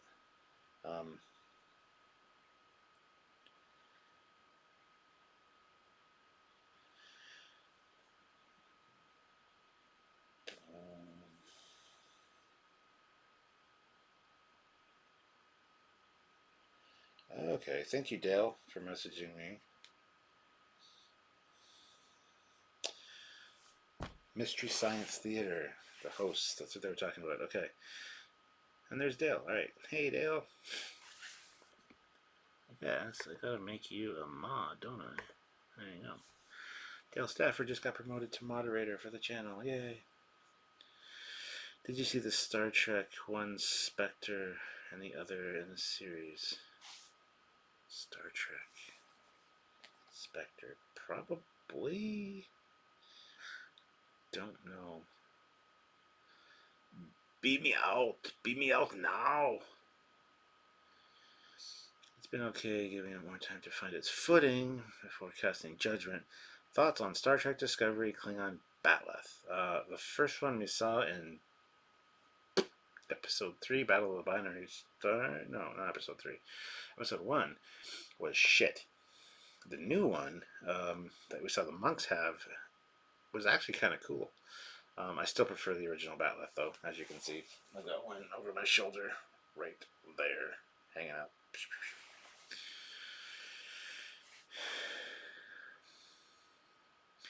Do some battle damage on the second Voyager. Give it the Year of Hell look. That's another good idea. Wellington Smith. Black Mirror is the superior product so far. Yeah, the Star Trek Discovery Batleth is kind of shit, to be fair. It's not good compared to the original one. Piss poor reimagining of it.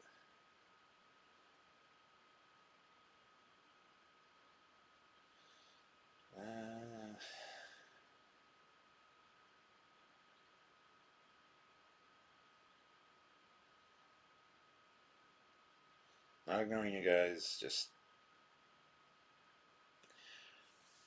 checking a few things. Sorry.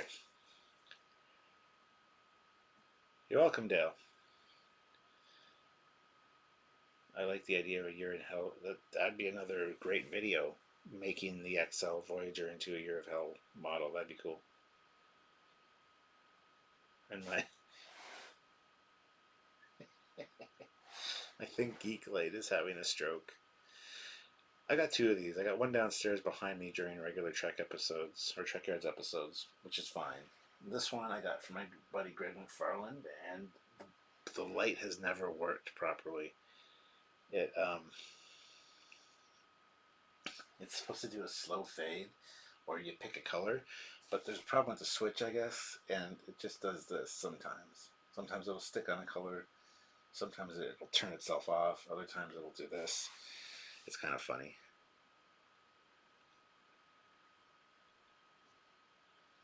You are gold, you give me so much voice time, lol. What? Is that a bad thing? I'm sorry, I will stop reading your thing.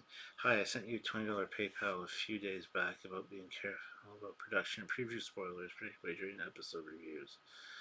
Thoughts or response? We didn't answer it? Production or preview spoilers. Well, we try not to talk about the previews. We've very rarely done that during our reviews. Production, though, I don't know what you mean exactly. Yeah, we like to keep the spoilers to a minimum. I mean, if you're watching one of our reviews, you know you're going to get spoilers for the episode, but we don't want to give anything away for next week on. And I don't see those when I watch the show in Canada here. I usually have to wait a day or so to see them. So by that time, it's pretty much done. People have either seen it or they're not going to watch the videos that we make anyway. So I apologize, and if sorry we didn't address your $20 PayPal a few days ago. I feel bad about that, but sorry. Don't hate us. Okay, I got to go to bed myself, folks. Got to work in the morning. Have a good insert relative time reference here. Have a good day, evening, afternoon, morning. Good night, but I'm like, not bad. I'm honored. Yikes. Okay. I could not figure out how to do a drop. So I dropped a comment on one of your videos. Almost at 50k subs, Captain. Awesome. Well, thank you. Would like to be a lot higher than that, but thank you. We are struggling along. Like, we all know they built the bridge of the Enterprise, and during the live reviews, there's been several. We know from the previews that. Well, we apologize for that. We try not to do that, but a lot of people either ask in the super chats or have the conversation going on in the chat anyway. So if you don't want to see that kind of stuff, we can't control what people say, or if they send us a super chat, we pretty much read it and address it. So we apologize. Sorry. I didn't even know we were doing it that often. We try not to because, like I said, usually I don't see the previews by the time we do the reviews on the Friday. So Samuel might know, or I might have heard something about it, but I haven't seen it. And it's a preview. It's a trailer, so a lot of people, you know, they want to like CBS wants to show what is coming up, so it's not like they're giving away what's happening necessarily. So I'm kind of on the fence about that. We'll try not to do it, and we apologize. But just expect to hear that kind of thing if you check out our lives on Fridays. Then I guess is the best answer I have. And we know they built the bridge of the Enterprise. That was a tweet from the beginning of the season that Alex Kurtzman had tweeted. So they didn't show the bridge of the Enterprise. They just said, we're standing in front of the bridge of the Enterprise. So it wasn't really a surprise to us because we had seen the tweet like quite a while ago. That's what we were referring to. I don't know why that's a spoiler, really, because you know the Enterprise is going to make an appearance at the end of the season. So I don't understand the problem, really, I guess. When do we get drunk Batman and Captain Foley hanging out in 10 Forward or in your living room? Like I said, probably in the next week or two. Maybe not next weekend, but maybe the weekend after. And we will do live. We will do. You can super chat. You can have us say or do whatever you need us to do. That'd be funny. But yes, stay tuned. There will be a live with Blend and Batman soon. Yeah, previews are not a bad thing. Thank you. Was obvious it was going to be shown eventually. Don't feel bad. I do feel bad. I don't want to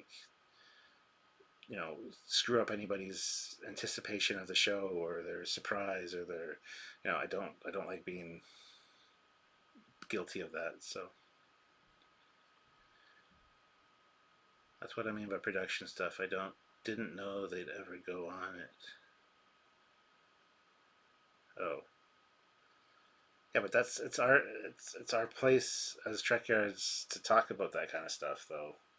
I don't know. That's a sticky thing. I don't know what to do because we need to talk about it for our content and for the people that are aware of it that are asking about it in the comments or the chat. But like we're Trekyards, so if they make a bridge, we're going to talk about it. I don't know. I don't know I feel about that. I feel bad. Sorry. There were leaks and peaks of that from the end of last season. Yeah. I know I'm worried about avoiding spoilers though. Well, I'm best not to just watch until I don't know what to say. Because we're going to mention that kind of stuff. It's just what we do. So, best thing to do is watch our earlier Friday reviews then, because we do one in the afternoon that's edited and it's a quicker format. And that one we wouldn't talk about that. We'd talk about that more in the live when people are talking about it in the chat window or in the super chats, I would think. So, do you guys think Kurtzman understands Star Trek? I mean, do you think he really gets it? I think he's getting there. He obviously didn't know one goddamn thing about it when him and Orsi worked on 2009. They just had no goddamn clue. But he seems to be kind of getting it now.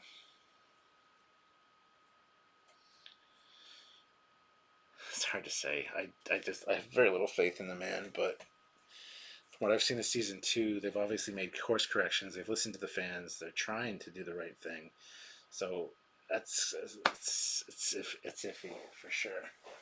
Hold on, just kind of open a window. Get some fresh air in here.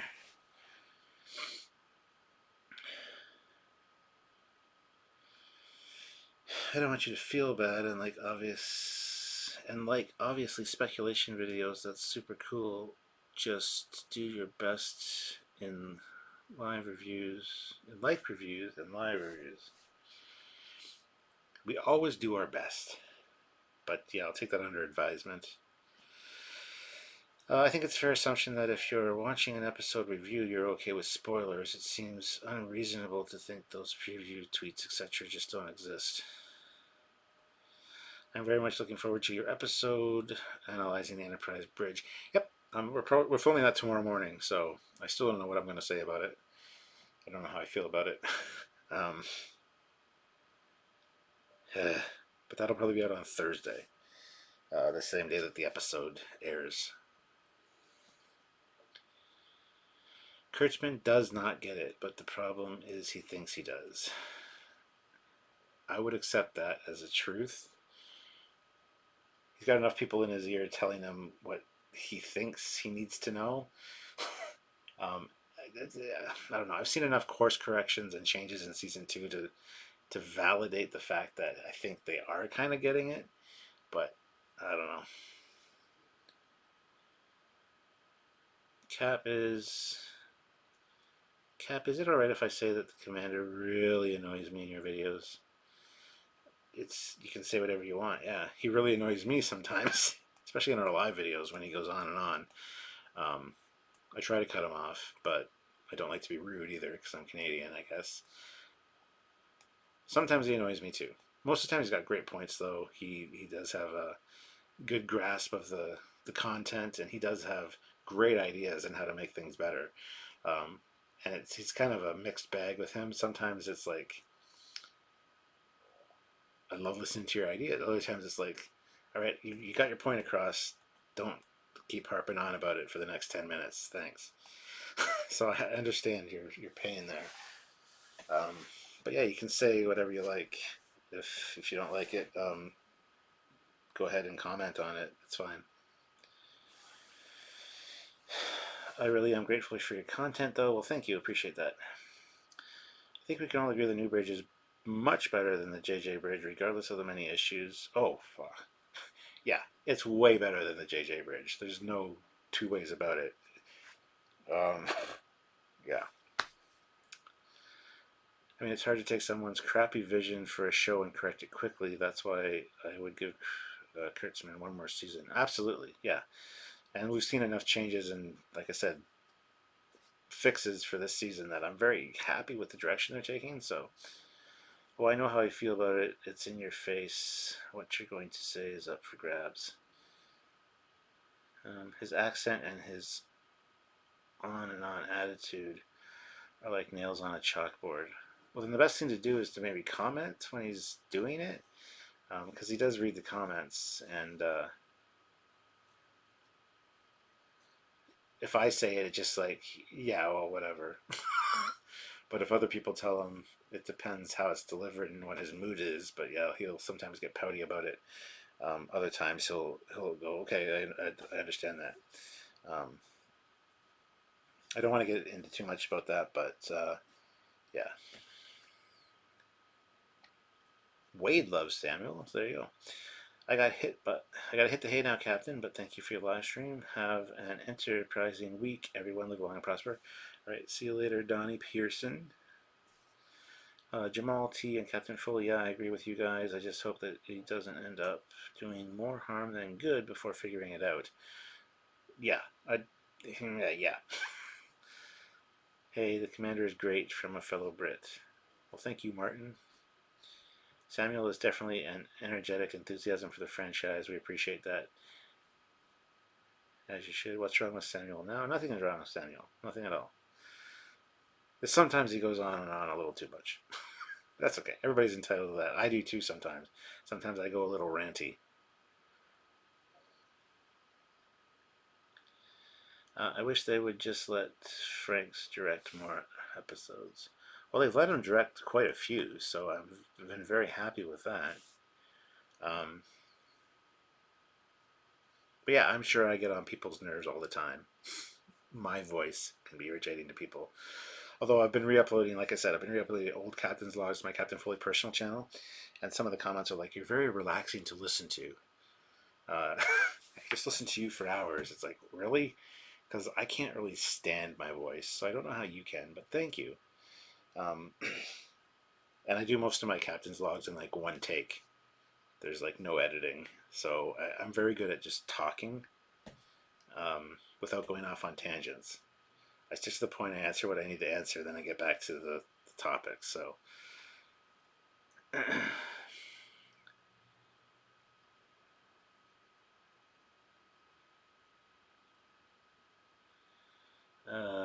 what's the topic? Just joining in. There is no topic. We're just hanging out.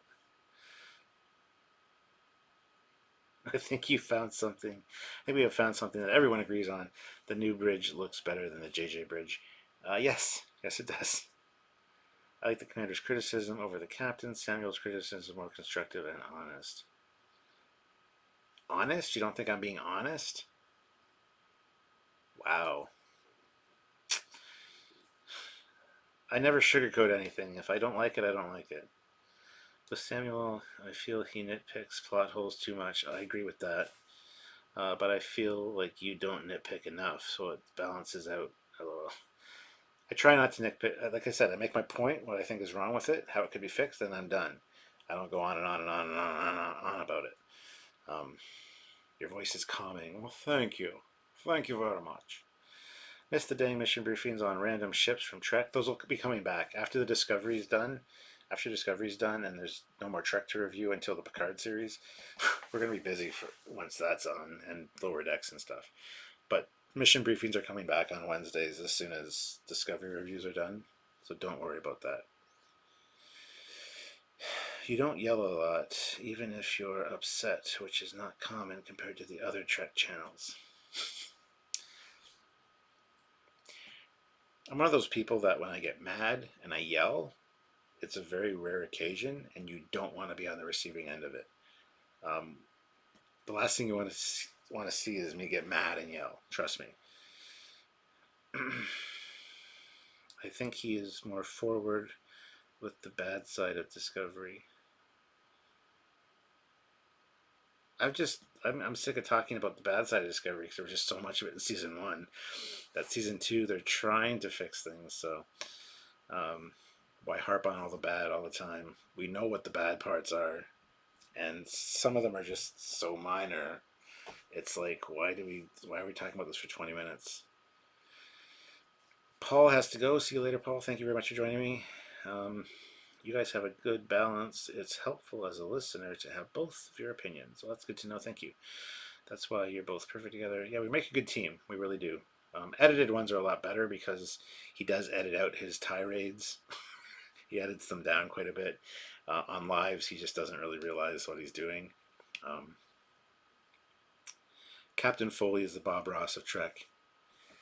That's interesting. So yeah, we're just going to put a happy little Constitution class over here. And it's okay. The little paint mistake that I made there. It's a little bit of battle damage. It's a little bit of battle damage. Have some happy little battle damage there. You know, they survived it. Nobody got killed. There's one injury, but he's okay now. It's all fine. And yeah, the Bob Ross of Star Trek. I need to do a whole video on just Bob Ross as Bob Ross of Star Trek. That'd be hilarious. By the way, it was $25.87 Canadian, 20 USD on April 4th, so double check you got it because my PayPal definitely sent it. Okay, we will check. Best thing to do is in the chat to tell us that you PayPal us. If we miss it, one of the mods should see it and let us know, but yeah, thank you. But are they course corrections and fixes? I tend to believe this was exactly how the story was being fleshed out. I don't. Just the way they fixed a few things with like one line of dialogue, like, oh yeah, the Klingons have hair now because they shaved their hair during war. Oh, okay. And there were a few other ones that we pointed out early in the season that were just like one line of dialogue that seemed inserted just to go, here fans, we know you complained about this, we fixed it, yay, we're good. Yes, balance is good. A bit of discussion is great. Often it seems like the two of you talk something out or both end up agreeing or at least appreciate. I always appreciate his opinion. And it's at the point where he's harped on it so long that I get annoyed, and then I just tune out and I look down at my phone or I get like really pissy. And then he usually gets those visual cues, but sometimes he doesn't if he's in the zone. But yeah, I totally agree with his opinion half the time. But just you can get that point across in like half the time that it takes him. That's all. And you can tell when I kind of hit that breaking point. So, do you guys ever wonder if you think more deeply about the ramifications of the Star Trek stories than the writers do, especially recently? Yeah, I've wondered that quite often. I could see you doing decals using the Bravo. Yeah, we're just going to put this happy little registry number right here. It looks like a little smiley face. You got to make sure you center it just right. Just right there. Oh, we got a little bit of a tear here. That's okay. We can fix that. We can fix that tear, no problem. Just need to get some microset. Put that on there. And what that microset does is it loosens up the decal, makes it a lot softer, and gives it that kind of painted on look. Now I'm gonna realign the little rip in the decal right there. All right, and there it looks good. All right. Now we're gonna dab it down. Now we're gonna get the microset. I can't remember. Microset goes on first, which is weird, and then microsol, and that's gonna give it that nice painted on appearance, so it doesn't look like a decal anymore. It just really thins it out and like makes it stick to the model. And make sure when you're done with the decals that you clear coat it, either with a dull coat or a shiny coat, whatever. Just make sure that you get the finish that you like, but make sure you put something over top of those decals so that. Dude, I could do it. I'd have to watch a Bob Ross episode or two. to get all the mannerisms, but I could absolutely do it. ASMR, yeah, I should do ASMR. I find that the more Trek you've seen, the more you dislike Discovery. It's the more you know. Hey Cap, does the Constitution class have more than one transporter room? Yes, it does. They have.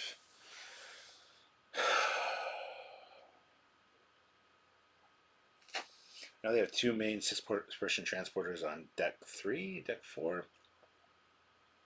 I guess deck 3 that are right across the hall from each other, but they only use this one in the show. Um, and there are some cargo transporters, and there are some smaller transporter rooms as well, as far as I know. And I've checked the blueprints, but yes, it does have more than one transporter room.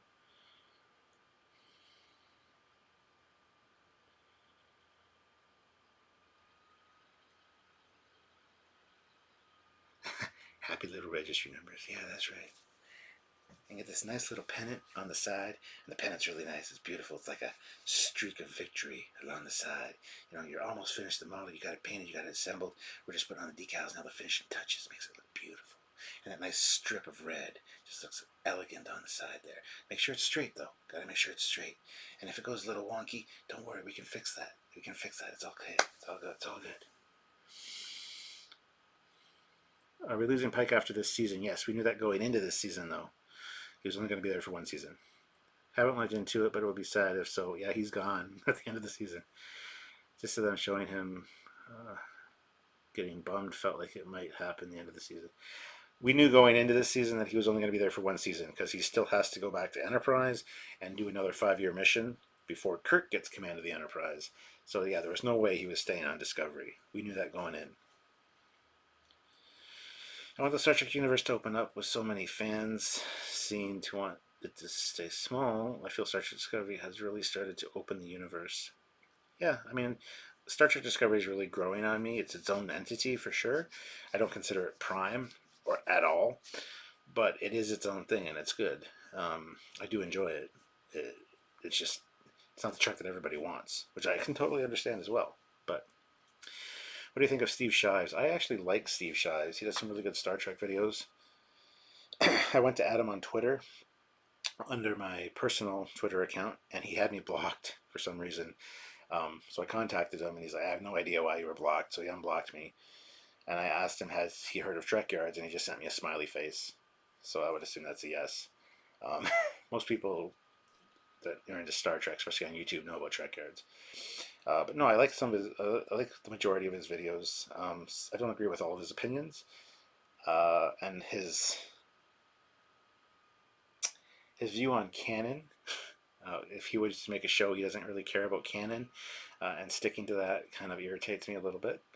But yeah, Steve Shives is. I like it. I enjoy watching Steve Shives. One thing I disagree with you is that you both like the Sovereign class is a great battle cruiser. Every time it gets wasted, every time it's on, it gets wasted. Looks good though. Well, we're saying it's a battle cruiser compared to the Enterprise D. The Enterprise D is like a luxury liner. When you compare the interior, the exterior, any of the components of either ship, you can see that the Enterprise E is a step towards a battleship, especially with the interior vibe of it. That's why we say that. And it was designed to be that, to handle the Borg. So it does get wasted though. Why was there a bunch of clickbait videos saying he was fired? Obviously, it was a short role. Because those are the Discovery haters. Well, his contract hasn't been renewed, therefore he's fired. Therefore, Star Trek Discovery is in trouble and it's going to fail. Blah. No. Everyone knew going in that he was only going to be there for one season. So, of course, his contract isn't renewed as an actor.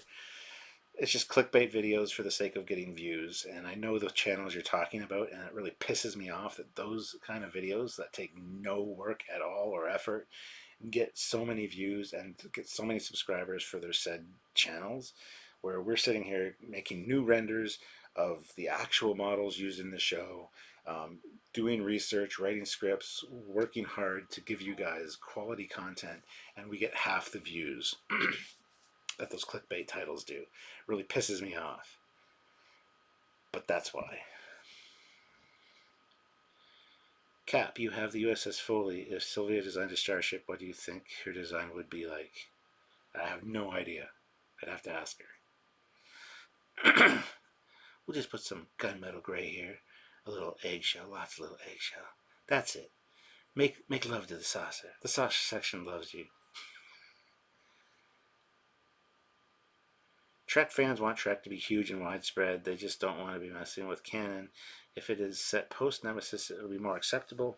The Trek fans are small-minded. Thing is a little BS. 100% agree. If everything literally that we see in Discovery Season 1 happened post-Voyager or post-Nemesis, we would have been like, fuck yeah, this was fucking awesome. That starship design is 100% awesome. That looks really cool for a new advanced design. Blah, blah, blah. The Klingons, these new genetically modified Klingons. Wow, that's awesome. But no, they have to shoehorn it in. And then, on top of it all, oh, by the way, this is Prime. It's Prime Universe, which we've seen in Deep Space Nine, Enterprise, and TNG. And whenever they revisited it, they made it look exactly like it was supposed to, because it's a period piece. But no, they're calling it Prime Timeline. So of course we're going to be critical. If they had said this is a visual reimagining of TOS, its own thing, you can consider it Prime if you want, but it's definitely a visual reimagining. We would have been like, yeah, you guys did an awesome job. That's really cool. Don't really agree with that one thing, but that's okay. You know, it's its own thing. But no, they're saying that it's Prime. It's obviously not Prime. So of course we're going to complain.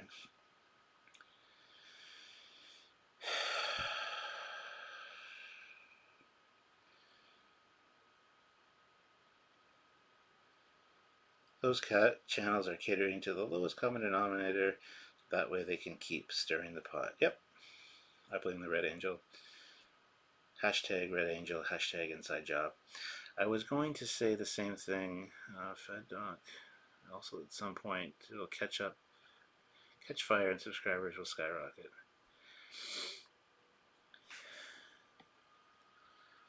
I don't know about that. Like I said, our first 2.5 years, we had great numbers, great growth. And then it just plateaued, and it's been plateauing. Like, we get our subscribers are like just creeping up, whereas these guys are getting jumps. First couple of years, we were getting jumps. It was great. I expect to be at 100,000 by now. We're going to be doing Trekyards for 5 years in October. We should be at 100,000 or 50,000, but whatever. It's annoying. Hopefully someday it'll. I just want to get to 100,000. Once I get to 100,000 with Trekyards, I'll be so happy. I just want to get my silver YouTube play button for Trekyards. I don't care about a gold one. A gold is at 1 million. We'll never get to 1 million. But 100,000 is within reach, I'm sure. I just want to get that silver play button, then I'll feel accomplished. And it's like, yeah, this was all for a good reason.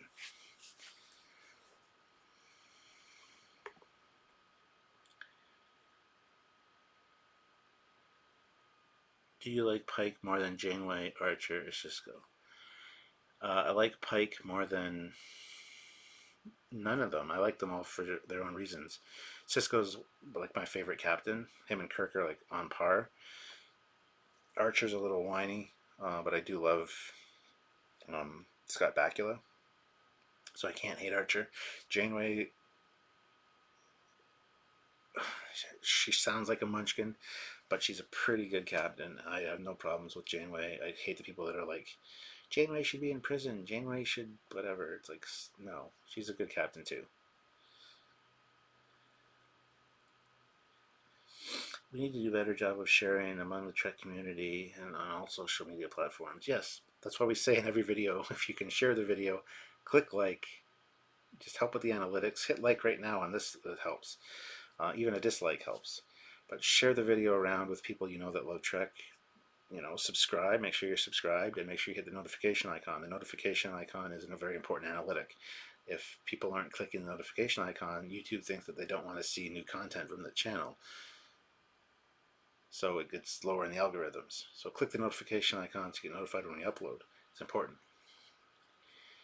Keep doing what you're doing. I can't stand the negativity of some of the other channels. Yeah, that's why we're here.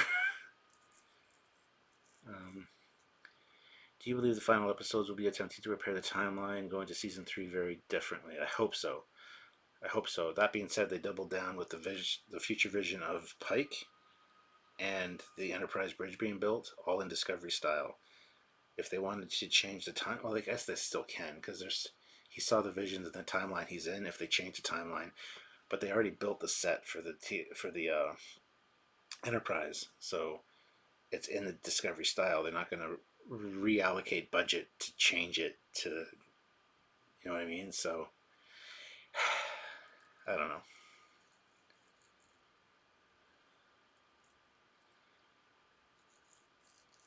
Cocking's unlikability is dragging you down. I disagree with that somewhat. If that's the case, then my Captain Foley personal channel should be blowing up, going off the rails. If you haven't subscribed to the Captain Foley personal channel, go do so. The link is in the description.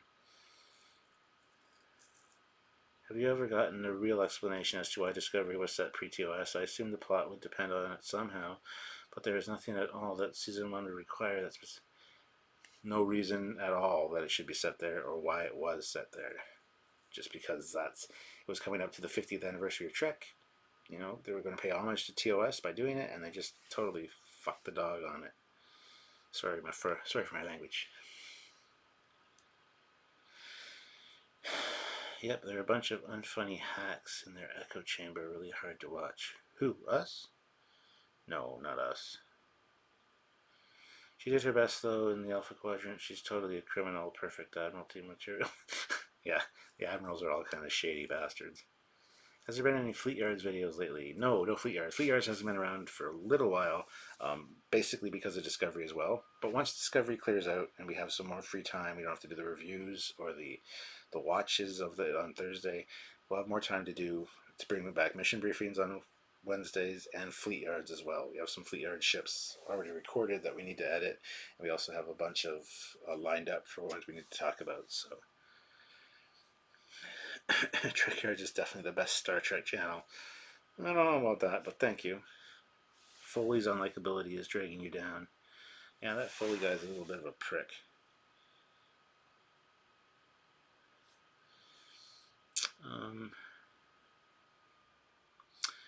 Oh god, yes. Hacks. That now do nothing more than hate for pay.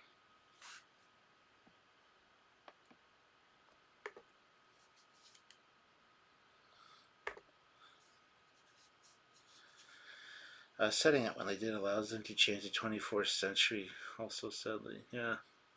I liked Pike until I knew he put cadets in danger. He would recognize the engineering recognize the cadets, be able to see the building up of the explosion. It could be avoided. Yes. Yes. But as we've seen with other time travel movies and stuff, it's like all of a sudden you're in this moment, you're like, oh shit. But yeah, I see what you mean. Hi Cap, how's the Trekyards merchandise going? The Trekyards merchandise is going great, guys. If you haven't, there's been a bunch of people buying the shirts and the mugs, and it's been going really well. Not as well as we'd like, obviously, but what can you do? I mean, the link's always there for the Teespring store. Go check out the stuff. Foley is awesome. Go to the brig. You want me to go to the brig? Or the person that said I was dragging people down? Call me a bit behind the times, but why all the cockings hate? The bloke's alright besides. You need a Brit. Classes up the place. Oh, we're just... Some people find his droning on and on in the lives about small plot hole things kind of irritating. Myself included sometimes. But that's okay. There's no hate here for Samuel. Don't worry. We're a team. We're Team Trekyards. We can't do the... One of us can't do the show without the other. So it's the perfect pairing. Don't worry. Have you ever watched The Expanse, or did you give... Because first season didn't grab you. I love it, but it makes... Yes, press it. It's on my to watch list. It's one of the next things I'm going to watch is The Expanse. I've seen a few episodes here and there when it was on Space, and enjoyed what I saw. But I was just wasn't following along because I'd seen the odd episode out of order. So I'm looking forward to watching it.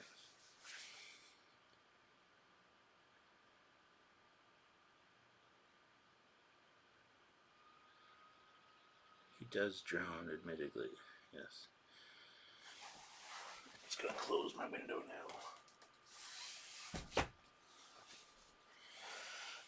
All right, guys. Well, it's been 2 hours. I did not, for the life of me, think I was going to go 2 hours tonight. I thought it'd go maybe half an hour.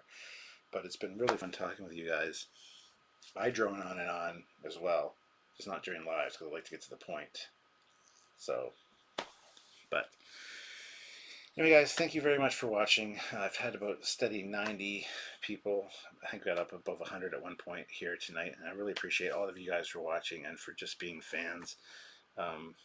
You guys are fantastic. I really love you guys, and without you guys, there would be no Trekyards. So I got to thank you guys above all else for just being awesome and for being you. But anyway, so until next time, guys, which will be tomorrow, we're filming. I might do another live tomorrow afternoon. I might do a Star Trek Online playthrough of a mission tomorrow. I'm not sure yet. And then, of course, Tuesday and Wednesday we have our lives. And then Thursday night after Discovery is my first reaction review to the episode. Join me for that. And on Friday, don't forget to join us for our live review and breakdown. So, does Sam have his own channel where he live streams and people complain about you? No. He does have his own channel, but it's for his fan film stuff. Best live chat is here with Trekyards. Only chat I have said I am a Star Trek Discovery fan and didn't get ridiculed for it. That's awesome. Fun hanging out tonight. Hey Cap, enjoyed those hangout sessions. See you on the flip side. Peace. Captain, thank you for making content for us. Well, thank you for watching the content, because without that, I would probably still make it because I really enjoy it. But have a good night, Captain. Thanks for everything you do. You're awesome. Well, thank you very much, guys. All right, have a good night. I will see you guys maybe tomorrow if you join me for my live in the afternoon. If I do one, I'm not sure yet. But like I said, there's a bunch of stuff coming up this week, so I'm sure I'll see you guys again. So until then, thank you very much, guys. Live long and prosper. Have a good night. It's like 3 a.m. here, Cap. Yeah, it's 2:17 here, so I'm probably going to bed in another hour or so. I'm still not tired, but I don't want to keep droning on with you guys, so I love you both is my point. Well, yeah, you should, because we are Team Trekyards. Without both of us, there wouldn't be a Trekyards. So anyway, guys, thank you very much. Have a good night. Bye. And click the end stream button.